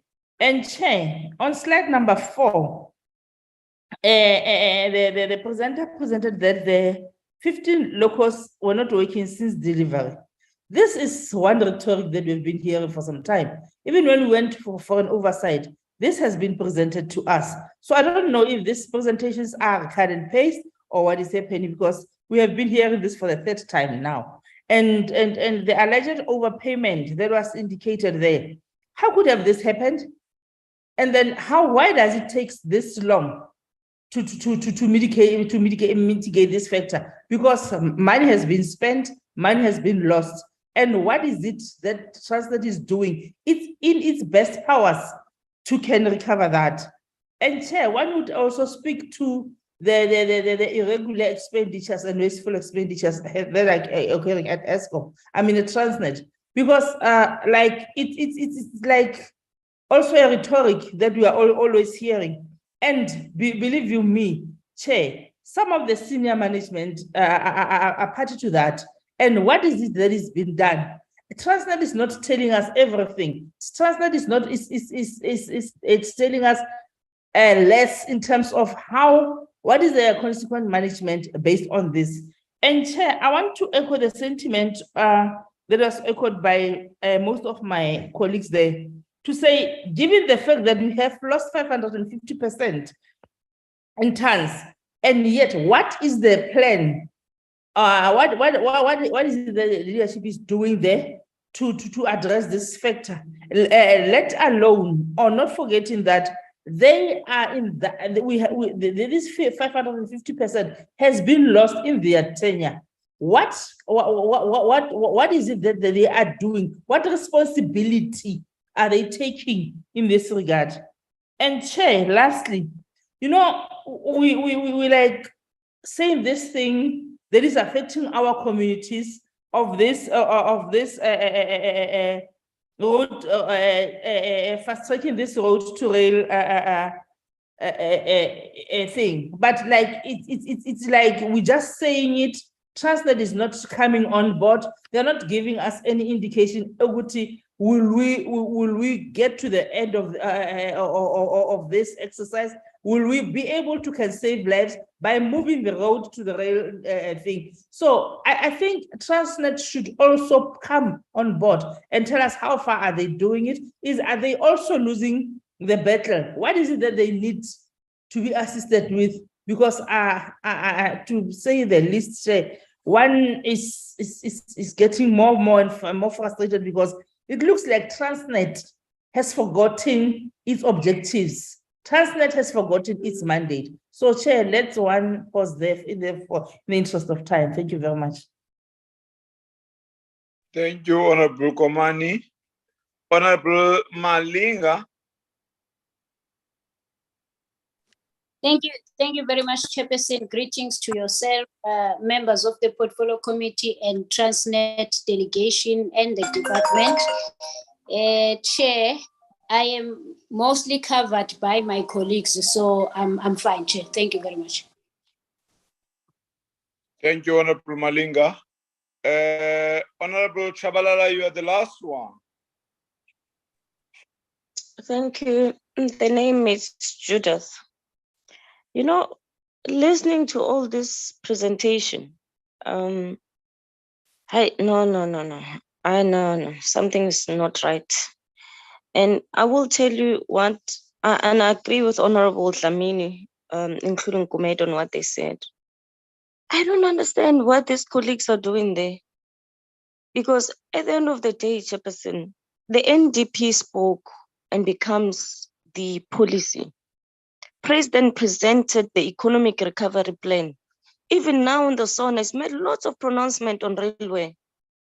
But these colleagues are not doing anything about it if we're going to entertain such reports. It's a matter of fact, I'm of the view that there is more that we need to uncover as to what is happening here. The same ANC government that is the one that is being held and being ridiculed outside by public, even by voters and so forth, that we have failed. And now we don't run these entities. You are the people responsible. Hence, I'm sorry, but I won't even give you greetings. You are responsible to ensure the policy of government gets implemented. So if you don't do that, what are you doing there every day? The ANC government never told you to privatize anything. SOEs don't belong in the privatization. They are meant to be developmental. Now, these colleagues of us who are opposition, when they mock us and they speak to us, and now this DA is very ready, like Kachale would have said, that yeah, the only option it looks like is privatization. Of course, that's what they want. So you need to decide who are you working for.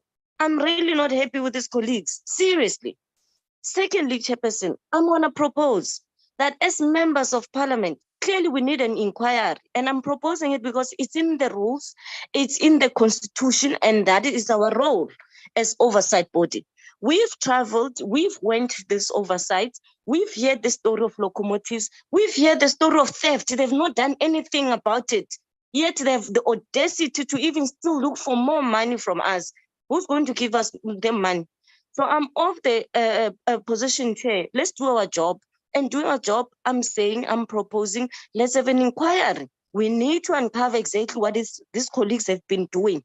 What is their job from the board and all of them going down, especially the senior managers. We need to know why they are employed there and what they've been doing that they've not been doing. So we need to invoke inquiry, probe further, and do our job. So I'm calling for that so that we have public comments. People must come and tell us what's happening there, because clearly we won't get the right story. The matter of road to rail has been raised many times. You know, I live in Gauteng. We've seen the fatalities that has happened with the gas explosion. People have died because these trucks are on the road, even when they're too heavy to even be on the road, and they're damaging the infrastructure. You are not doing anything about it. Now, you would have seen what's happening in the country around the coal. You know that the trucks they've lined up to take out the coal in this country and go sell it to the outside countries. These coal mining companies that are private in their nature. Now, they are selling this coal outside because coal is in demand. However, they're on the road, they're not on railway. Hence, Chairperson, we keep on saying that we must ensure that coal becomes a national strategic resource, and that IRP must update that. So you stop this thing of taking our own natural resources outside this country. And when people are looking at it, they're busy saying the ANC is taking out coal. No, the ANC government is not. It's private companies who are doing that because they're able to sell it at a higher price. Now, my point I'm trying to say in this meeting is that we need the railway to be at work. Now, these coal mining companies, they've even have revised focus of coal export sites, volumes downwards due to the poor rail performance operated by Transnet Freight Rail that is inhibiting the inability to move coal to ports. Now, what are you doing? I'm just asking because I'm in a meeting, I must ask, but I don't even have appetite to do that. What are you doing to ensure that rail operators are reliable and efficient? We have a situation where we have members of Transnet boards that are serving as board members to the newly created TNPA board. When will the TNPA have its own board members? And how far is the company separation process? But while I'm asking it, because we've been employing people, now I'm not seeing results, I'm sorry. And I want to know, what is your performance? Do you even have performance agreement? That's what I'm saying, we must inquire, do an inquiry. Even understand how much you've been giving yourselves as much as performance monies every year while this company is running down. Now, Transnet should tell us the challenges faced by operating divisions during the year. How will this be addressed in this current financial year? Chair, Transnet should also tell us on the challenges faced by the operating divisions, as I would have said. Now, there needs to be an explanation what measures Transnet has put in place to increase the representation of female employees. We know that you don't employ much of female employees, so you need to tell us that what are you doing to ensure that we have female employees. I'm going to ask a question, and that's my last one, Chair, and bear with me around that. Now, one has been, deliberately looking at what Transnet has been trying to do, and I'm not finding much that you've been trying to do, or rather you would have done to turn around the situation, and particularly around the issues of theft and security there. We've been asking you these questions over and over and over again, but we have not seen any much. Now, the Transnet group committed to solving the issue of procurement, and current TE is in a bad position as a result of the current procurement mess, with many concessions granted by National Treasury to relax some of the procurement regulations. But this has seemingly impacted the day-to-day running of TE. TPT is also experiencing huge procurement challenges. If the procurement challenges is not addressed as soon as possible, this will run this organization down, and this is what we are seeing. Transnet engineering movement of rolling stock maintenance from TE would alternatively mean 70% of the revenue moves into TFR. This simply means Transnet engineering would potentially close the TE as it has no work. A bad strategy that will not benefit the organization to lose its engineering capability, Madam Poshi. And the inability for the organization to grow is based on its ability to deliver on their promise on their customers. If trains are not running as a result of the inability to procure the space, do proper maintenance on its fleet, then we might as well, this is what you are doing to us. You are closing shop, you are opening for this private sector.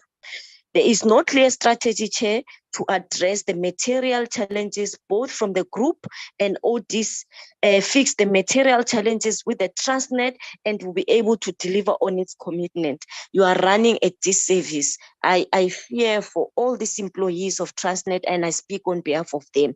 Fix up this mess that you are creating for the ANC government. Thank you, Chair. Thank you, Honorable Shabalala. Group Chief Executive, I think we might have to do what we did previously, looking at the time. But I will give you enough time to try to get into. However, if the situation becomes difficult because of time constraint, because at least by 12:30, latest quarter to one, we must be already finished the meeting, because I don't want us to have a situation where members of parliament get accident in their driving fast or collecting tickets because of bylaws to town. I will allow you, by the way, maybe you will have a way of dealing with this question, because they do interlink in a way. but also mine just to the Department of Public Enterprise, not necessarily to you. I just want that the acting Director General, in the absence of the minister, because it would be better if the minister or the deputy minister was present, just to tell us why is local content not part of the shareholder compact between Transnet and the Department of Public Enterprise. That's my first question to the department. Secondly, what is the policy mandate in terms of the developmental objective of the current government, particularly in relation to localization and beneficiation? Can we get clarity around those two questions? In relation to the case that we are, in my opening remarks, indicated to, I do appreciate the group chief executive that during the time when that matter came to our attention and tried to raise with Transnet, you were not here yet at that moment. However, I would love, particularly the one in Gqeberha area that I indicated as to what extent now the issue is being dealt with. In terms of those people, if they were found not guilty, coming back to work, because it's really, it's not even exploitation, it's oppression of a highest order. If people can just be losing job with no clear indication what they have done. If they have been found, we are living in a law-abiding kind of a society. There is a fair justice system in South Africa. If a person has been found not committed anything wrong, that particular individual has to go back to work. We would love to understand what really keeps those people out of work if those people have been found not done anything wrong. It might not be resolved. I mean, you might not give you that kind of response here. You might respond at some time, but I think the sooner we do justice on that, the better. We are living in a very democratized society. No abuse of power is acceptable, even where we are also deployed. Yeah. Now, I would love you to make a follow-up on that particular matter. Can we go to the Transnet executive, even the department, if it would like to first say something before it gives to you? Thank you, Chair. I just want to probably respond to the issue on the procurement targets on the side of the department. I just want to indicate that we do have transformational targets that we compact with Transnet around BE, around the procurement to Black women-owned companies, people with disabilities. And I think with Transnet being here, they can give the quantitative numbers in terms of the amount and how much they actually are spending in terms of that. So, but I just want to respond on the side of the department that indeed transformational and procurement targets are part of the targets that are there. Thanks, Chair. Can I just hand over to the colleagues at Transnet? Thanks.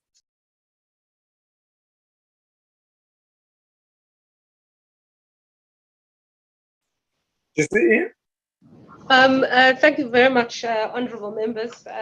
Questions noted, and the frustration also noted. And understood, and I, sort of understand that very well. If I may, honourable members, start with an invite, is that because of the scale and the size of Transnet, it's always going to be difficult to cover the whole of Transnet in a short time, because ultimately there's the Transnet, the group, which is the investor, and the overseer of the operating divisions. And they are so different, and some of the challenges that they have are very different. And it would be therefore useful if we had actually a longer period of time. And even if it meant that we were reporting on each OD as a separate OD, because the issues in each are actually quite significant. So what we'll try and do, to be attacked about a historical matter that we found, it's cool. I mean, we are the leadership team. We should be able to be dealing with it. What you can't see now, which is, I can understand, extremely frustrating, is that unfortunately, I mean, the issues that get raised by members around irregular expenditure and the PFMA are precisely the issues that we are trying to manage within to ensure that we don't incur additional irregular expenditure and that we comply with the PFMA. So unfortunately, procurement processes take time. It's frustrating. It frustrates us in an unbelievable fashion, but it's not an answer that I can give. All I can say to you is that this is where that is at, and I cannot, and I will tell you whether you like the answer or don't like the answer. I can only tell you the truth as it currently stands and give you a sense of this is where we are going to. And in the current financial year, the reason why we started off the presentation by focusing on TFR was not to run away from the question, but to deal with the fact that fundamentally, when you look at the financial performance of Transnet in this financial year, at the heart of it will be this issue fundamentally of locomotives, because actually we may say we require money for track maintenance, but we'll get it. Here's the truth of it, which I think is important to realize. If you're not running the trains, you are not generating the revenue. The same revenue that you require to buy the spare parts and the same revenue that you require to be fixing the track. And that's why when we start off on that basis, on this basis. Also, TFR is about 47 to 50% of our revenue. If we're not pumping at full tilt in TFR, it has a direct impact on the rest of the operating divisions. Now, Honourable Chair, that doesn't mean to be saying that there are issues with the other operating divisions. I think by and large, the four other operating TPL, TNPA, TPT, and even Transnet Properties are on a footing and a direction towards actually being able to wash their own face. And that means that they're able to generate enough money for them to fund their own operations and to make a contribution towards the group, because the group incurred pretty much a lot of the debt in the interest of all of the operating divisions. So that needs to be funded. So if we had more time, Chair, that we would be able to deal with. So I'd like to deal with two questions, and I actually need Cesar Mzimela to answer to the questions raised by Honourable Dlamini as they relate to the container corridor, because a lot of the questions that you asked are real questions around why wouldn't we be able to do some of these changes directly ourselves. But I suppose we can also indicate the other areas where we've already started to work. But if I just may, members, maybe to also look at the National Rail White Paper that was approved by Parliament. It is in there that the idea of third-party access is mooted. Now, let me be frank, given the issue that I raised with you, where I said total capacity is 229, at least today, on the back of the systems that we have, and we're not able to move it because of our financial situation from a South African perspective, and even from a Transnet perspective, to be able to move the 230 million tons is really important. So if other people can enable us to move that, it is essential that we bring them on. The issue of billing model, it's true. And in fact, we've been talking to other rail operating companies around how do you deal with this really difficult problem. Because in a container, there might be a chair, a piece of furniture, but also in the container, there could be a laptop, an iPad, which is much more valuable than even the very heavy coal. So how do you price that? So that's that issue, and that work, unfortunately, is not work that only gets solved by Transnet. It's work that we need to resolve with government, because then we would have to have an agreement that we're shifting in some of these areas to price on the back of the goods that are inside the container. But can I get Caesar? Can you answer the core issues around the container corridor? And then Nonkululeko, I'd like you to come in, please. On the financial issues right across. I mean, as both come up, I think it's important, members, to remind you, we have to fund ourselves from our balance sheet. I hear people saying we'll be approaching government. We've been quite clear. The points at which we approach government is with regards to infrastructure maintenance, so that we would be able to ensure a least cost logistics system. It's not on every single other thing. Caesar, can you start to answer Honorable Dlamini's and then Honorable Kachalia's? Nonkululeko. Good morning, good afternoon to the Portfolio Committee and the members.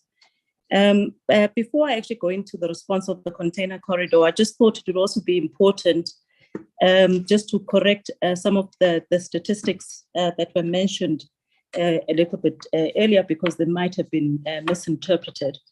There was a slide where we were actually showing that there has been a 550% increase in the volumes lost as a result of security. And we're saying as a result of security. So to put it into context, in 2019, we were losing 1.2 million tons as a result of security incidents. And now we speak about a 6.3 million tons that is lost as a result, and this is counting as a result of security incidents. So it's not a 550% decline on overall volume movements. The slide was intended to split it up to show what is the impact of security and the impact of locomotives and impact of infrastructure. And maybe, I mean, the second one also then just to correct is that I heard a mention of that there was a point at which we were able to move 430 million tons. The system has a capability of moving 400, and 30 million tons. But as already indicated in the slide that was shown as to that we need to take into account maintenance that needs to be done on the line, so it takes away some of the capacity. You need to take into account, I mean, some the separation of trains when they move on the line, which then also takes away capacity. So the best year that TFR or Transnet actually delivered on volumes was 226 million tons, and that was in 2017-2018. And indeed, there has been roughly about a 32% decline in revenue between those 2 years. And the bulk of that, as the GCE has already indicated, relates specifically to the decline of the locomotives, which is more or less equivalent to the 32% as well. In respect of the container corridor, I don't think the intention is for us to go out and find a partner for the container corridor, because we believe we are not able to deal with the things that we could possibly put into place to try and turn things around. But the container corridor has been a loss-making corridor for a number of years. So we're talking about a period of about, dating back to 16-17, the container corridor was already registering significant losses. And yet it's such a critical corridor to be able to move what everyone has been speaking about this morning, moving from road to rail, because it is the corridor which we compete quite heavily with the trucking service that takes the goods down on the N4. Now, the reason why today we're sitting with a market share on rail, which is below 30%, is because the system is very unreliable. And it is unreliable as a result of the continued underinvestment in the infrastructure that has actually eroded what we have as an ability to be able to move the maximum cargo on that corridor. It is also a corridor where we experience some of the highest levels of theft and and vandalism on that corridor. And our view in really just reviewing the corridor to try and establish what is it that we can actually do differently, especially to try and move a lot more from a road to rail, is that in addition to the challenges that we face as Transnet, what we also establish is that we're now competing with a freight movement or logistics system that also caters for the first mile and the last mile of the delivery. So if we look at the profile of our customers and what they say they require in order to be able to move a lot more on rail, is that they are interested in us being able to pick up the goods from their warehouses, deliver them onto the other side, which is where we have a serious competition with respect to trucks in responding to that. So it is the reason why in going out to find a partner to work with us, and we say a partner because here the rail entity would still be supporting whoever actually comes in as a partner to assist us. But we're quite specific that we're also looking for a partner that would ensure that there is greater movement on the rail system as opposed to the road, which means largely they must demonstrate that today they are moving most of their goods on road, and we would be saying to them that has to be shifted onto rail if they are to partner with us, for going forward. There is no running away, that there is a significant amount of investment that is actually required on this corridor in order to ensure that we can make sure that it is a reliable system. And we looked at various options before we even got to where we are. And one of those options was to possibly look and see that given the type of cargo that we move on that corridor, that would there be any possibility of a subsidy? But we're actually talking about a subsidy that is over 9 billion that would be required in order to be able to do what we need to do in improving the system to be a lot more reliable in nature. And I'm sure we would all be aware that at this point in time, it is unlikely that that support would be forthcoming. So this is our response to say, how do we actually make sure that we begin to actually respond to that road to rail type movement, respond to the issues of saying we need to repair the infrastructure and that there's a huge backlog of infrastructure on that corridor, respond to the issue that we are sitting with very high debt levels on our side, and that we would probably be benefit from bringing a partner who would have access to cheaper capital in order to do the necessary maintenance that is actually required on the corridor. And how do we also make sure that we're responding to the needs of those customers that are moving their goods on road today, in ensuring that we do actually offer an end-to-end a service in going at this particular route. I'll stop there, GCE. I don't know if there's anything else that you would have wanted me to add in that respect. Maybe one last one, a clarity around rate per ton versus, how we would bill on the container corridor. We are already, billing based on per box, and it is, as a tariff, either for a light box or a heavy box. So there are various initiatives that we had already started to undertake. We have not been waiting for somebody to come and assist us in that respect. So that's what we're looking at. We're also, started to trial what we call block trains, where the customer actually buys the whole train and we charge on the basis of the train. So a number of initiatives, but this is one of the most complex of corridors, and with very high fixed cost. And there is no doubt that we require the right level of investment in order to deliver on our overall mandate. Thanks, Jesse. Nukula, can you come in, please, on the financial ones? And then if there's still time, Ralph might come in on the parts and TE. Thank you, Portia, and good afternoon to Honorable Chair and Honorable members. Chairperson, if I can just comment on the financial questions and to probably link to Caesar's comments. We have released indeed the results in September performance, and I can confirm that from the operating divisions like Transnet Port Terminals, Transnet National Ports Authority, and Pipelines, we've seen improvement where we are already working towards getting back to the pre-COVID levels of operations. But to the challenges raised in relation to the TFR around locomotives, vandalism, and all those other issues, we do see that the performance of TFR is less than what we would want, but also TFR is quite a big part of our business, making 45% or more of the revenue line. And therefore, when we have challenges there, it affects the whole group quite significantly.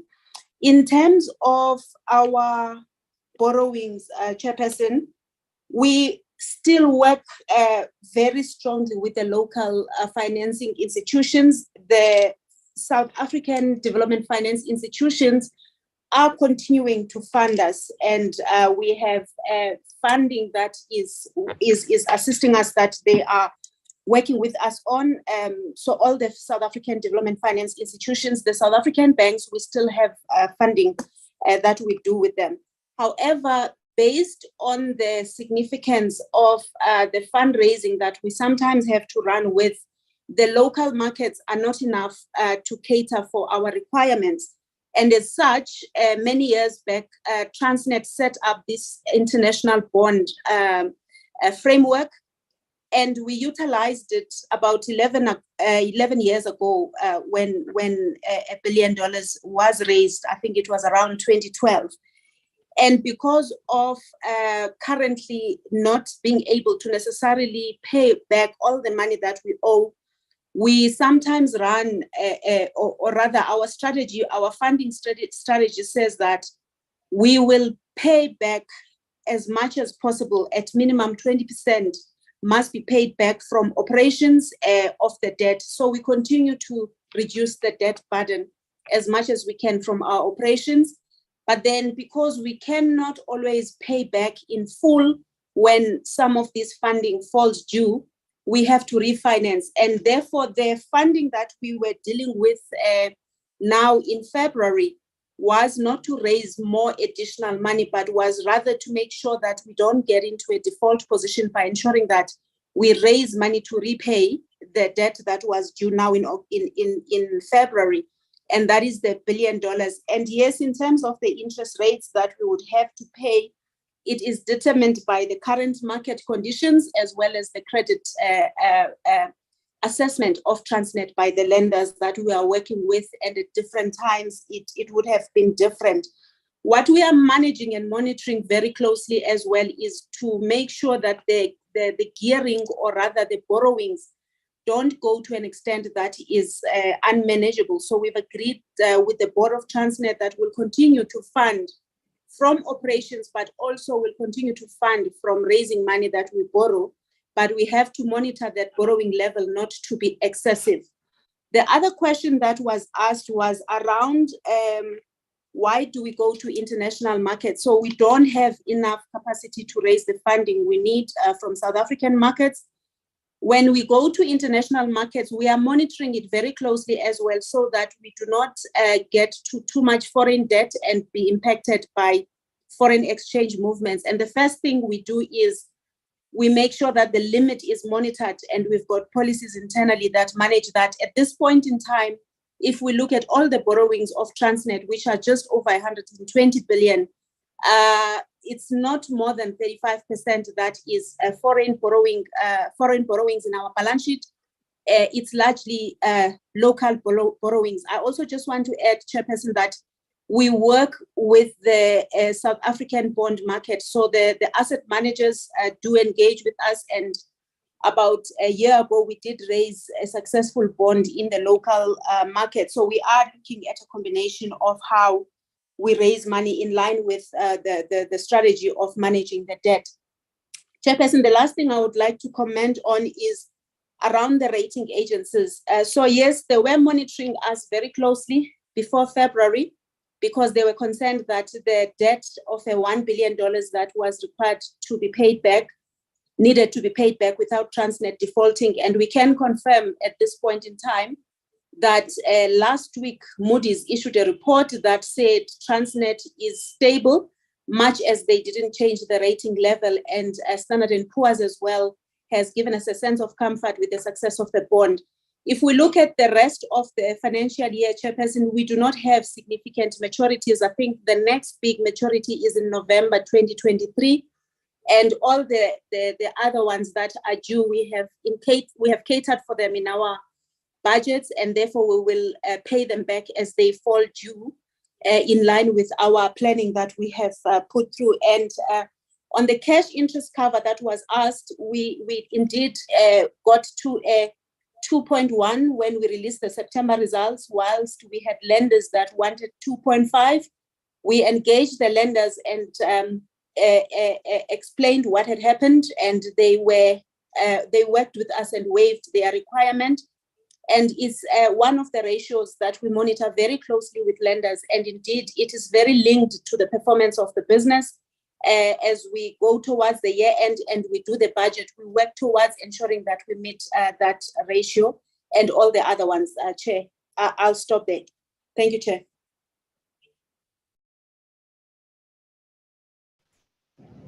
Chair, I do not, mindful of your issue with time, would you like us to continue with the other questions?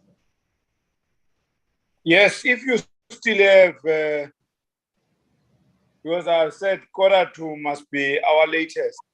If you still can capture some questions, you can continue. Okay, Chair. Can Ralph, will you be quicker on the spares? Yes, thank you. Good afternoon, Chair. With relation to Honourable Domini's question around spares and whether we can engineer locally.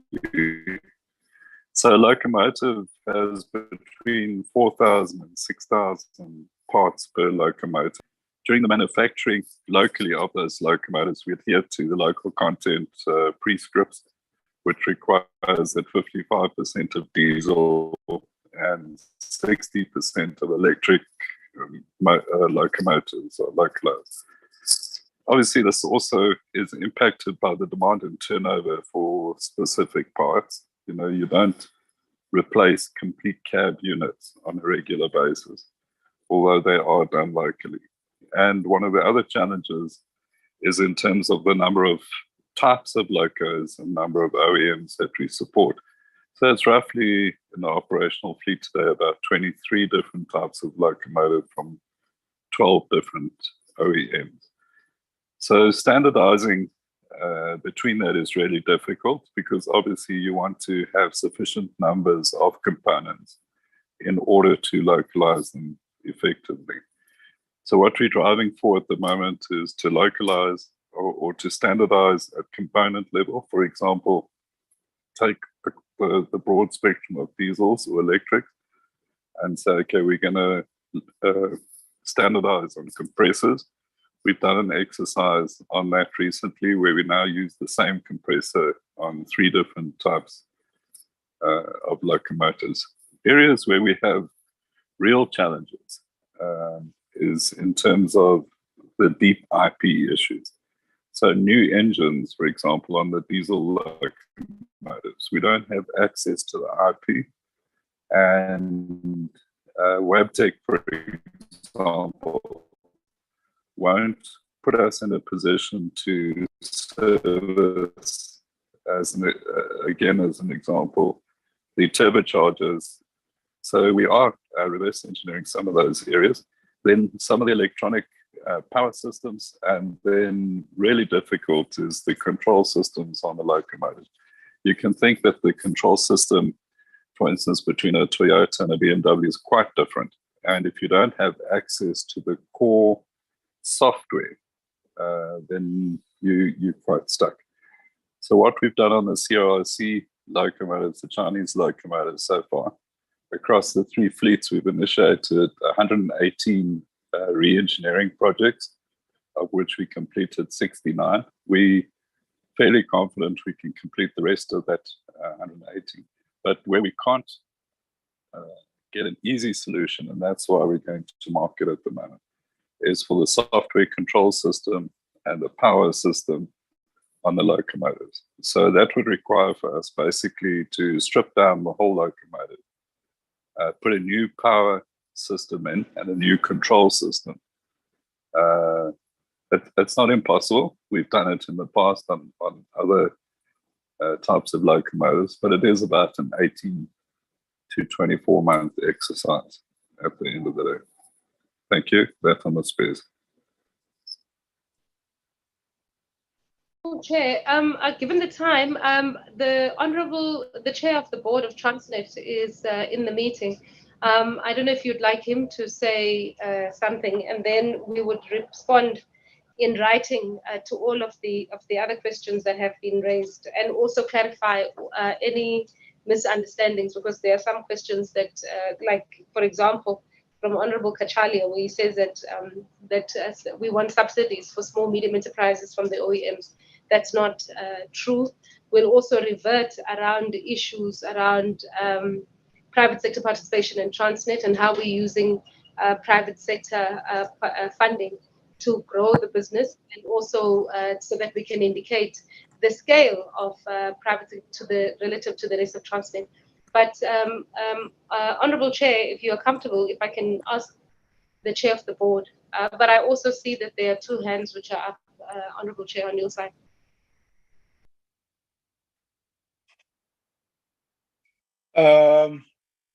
I'm reluctant to take hands now. Can you continue give the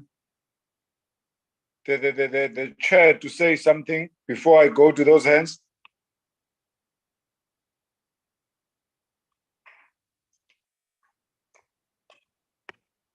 The chair of the board. Good afternoon, Chair and honorable members. I do hope that the Chair and the members received my apology. I've had to start at the consultation this morning, medical consultation.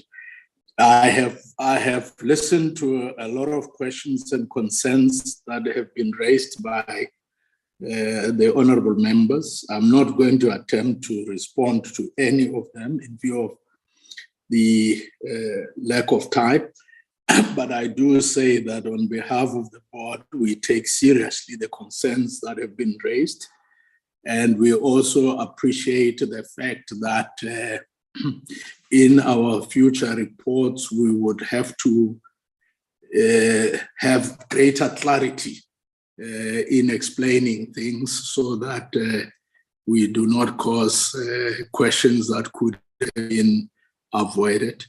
On the issue of privatization, I think we're going to have to also emphasize that the earned assets of Transnet, the fundamental material assets of Transnet that we are privatizing, all that we are doing is to invite the private sector to put its hands on the deck together with us and partner with them to resolve the challenges that are facing the country, instead of us listening all the time to being told how efficient the private sector is and how inefficient state-owned entities. So inviting them to be with us and concessioning on some of the assets means that Transnet will continue to retain ownership of the assets, but for a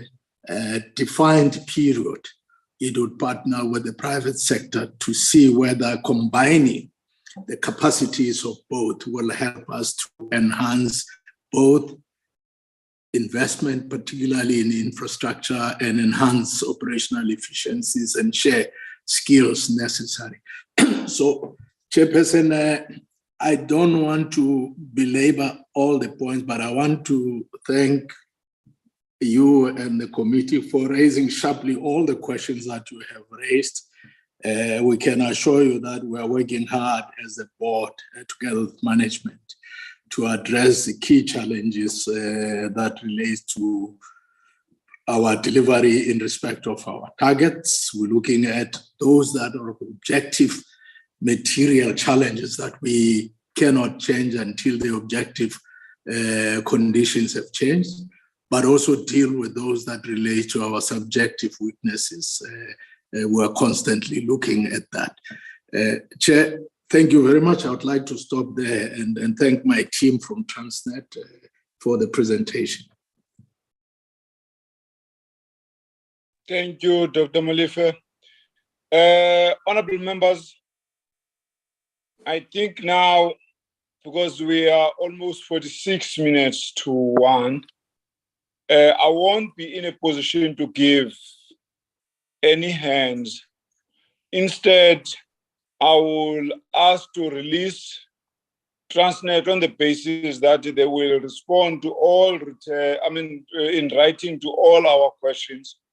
We will do what we did previously when we find ourselves in a similar situation like this. For now, I will release all Transnet people and then the members leave behind so that we complete our business of the day. Chair, please, may I seek your indulgence for 30 seconds? I just need to put these 2 points so that they are incorporated in the written responses. Okay. Great, please. Okay, come quickly, Lamin. All right, thanks, Chair. I think the presentation seems to be pointing towards a situation which is dangerous, that of creating monopolies at Transnet through this private sector participation. I just wanted to get a response from Transnet, including the board, on the issue of Sunrise, a company called Sunrise at Saldanha Bay, given the fact that there's a judgment by the Competition Commission around that issue at Saldanha Bay, because it looks like it's a monopoly already there and other people are not able to compete fairly for that space. Thanks, Chair. Okay, thanks, Lamin. Honorable members. Chair, I'm also the second hand that I raised my hand. Yeah, Firstly, for me, is to really thank Dade Popo on what he said. But I want to propose while they are here, Chair, that we have a joint meeting with Treasury. Yeah, I won't take long. I won't take long. Yes, I won't take long. Listen to me. Yes. Okay. Yes, Chair. Yeah. Must give you a platform. You don't just continue. Oh, yes, Chair. Yes, Chair. Sorry. Okay. Yeah, it doesn't go like that. Sorry. I give you only so 1 minute. All right. I mean, yeah. Thank you, Chair. I don't know, maybe it's me who's cutting because we have load shedding at Acacia Park. But I wanted just to say that we need to have a meeting with Treasury as a joint meeting. It can be on a Thursday, it doesn't have to be on a Wednesday, with Transnet. So Transnet must write to us on issues of procurement that keep on saying that it's inhibiting their work. And I'm coming with a solution to say we need to have those issues, they must write them down. We need to have a meeting with Treasury, Committee of Treasury to do that. But Chair, seriously, let me leave it. Thank you. Thank you. Honorable members, let's release the Transnet executive, the board, and the department, and then the members leave behind. Thank you, Chair. Thank you, members. Bye-bye. Bye. Bye-bye.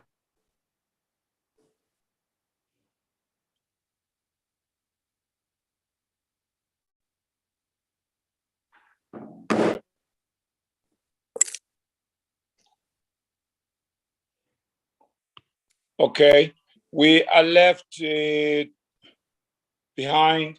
I wanted to suggest actually that Tisang mustn't present the minutes in this meeting, and we take the meeting to the next meeting because of this time constraint. I don't want to commit crime on my way to Parliament. It's already very late for where I stay. And I also had people who are still in their parliamentary residential areas who still have to drive to Parliament. Therefore, I suggest that we close now and Tisang make the presentation of the minutes next week. Is it in order? No, I agree, Chairperson. We're still in our parks, we must call Ubers, so we agree with you. Thank you. Thank you all of you honorable members for this session. Sorry, before you leave, Chairperson, before you leave, I wanted to bring to your attention, I don't know if you're aware that Honorable Isaac lost his better half. And I think we're supposed to, as the committee, just to, write something and so forth and show our sincere condolences to Honorable Isaac because he had a serious situation. So we needed to show our sympathy. I just wanted to bring to your attention. Sorry about that. I wanted to say it earlier. I don't have his numbers. If I did, I would have communicated with him. Thank you, sir. Okay. We did that last week and also while he was not here, and we sent through Honorable Kachalia. We will do that in writing formally as a committee. Thank you so much. The meeting is adjourned, honorable members.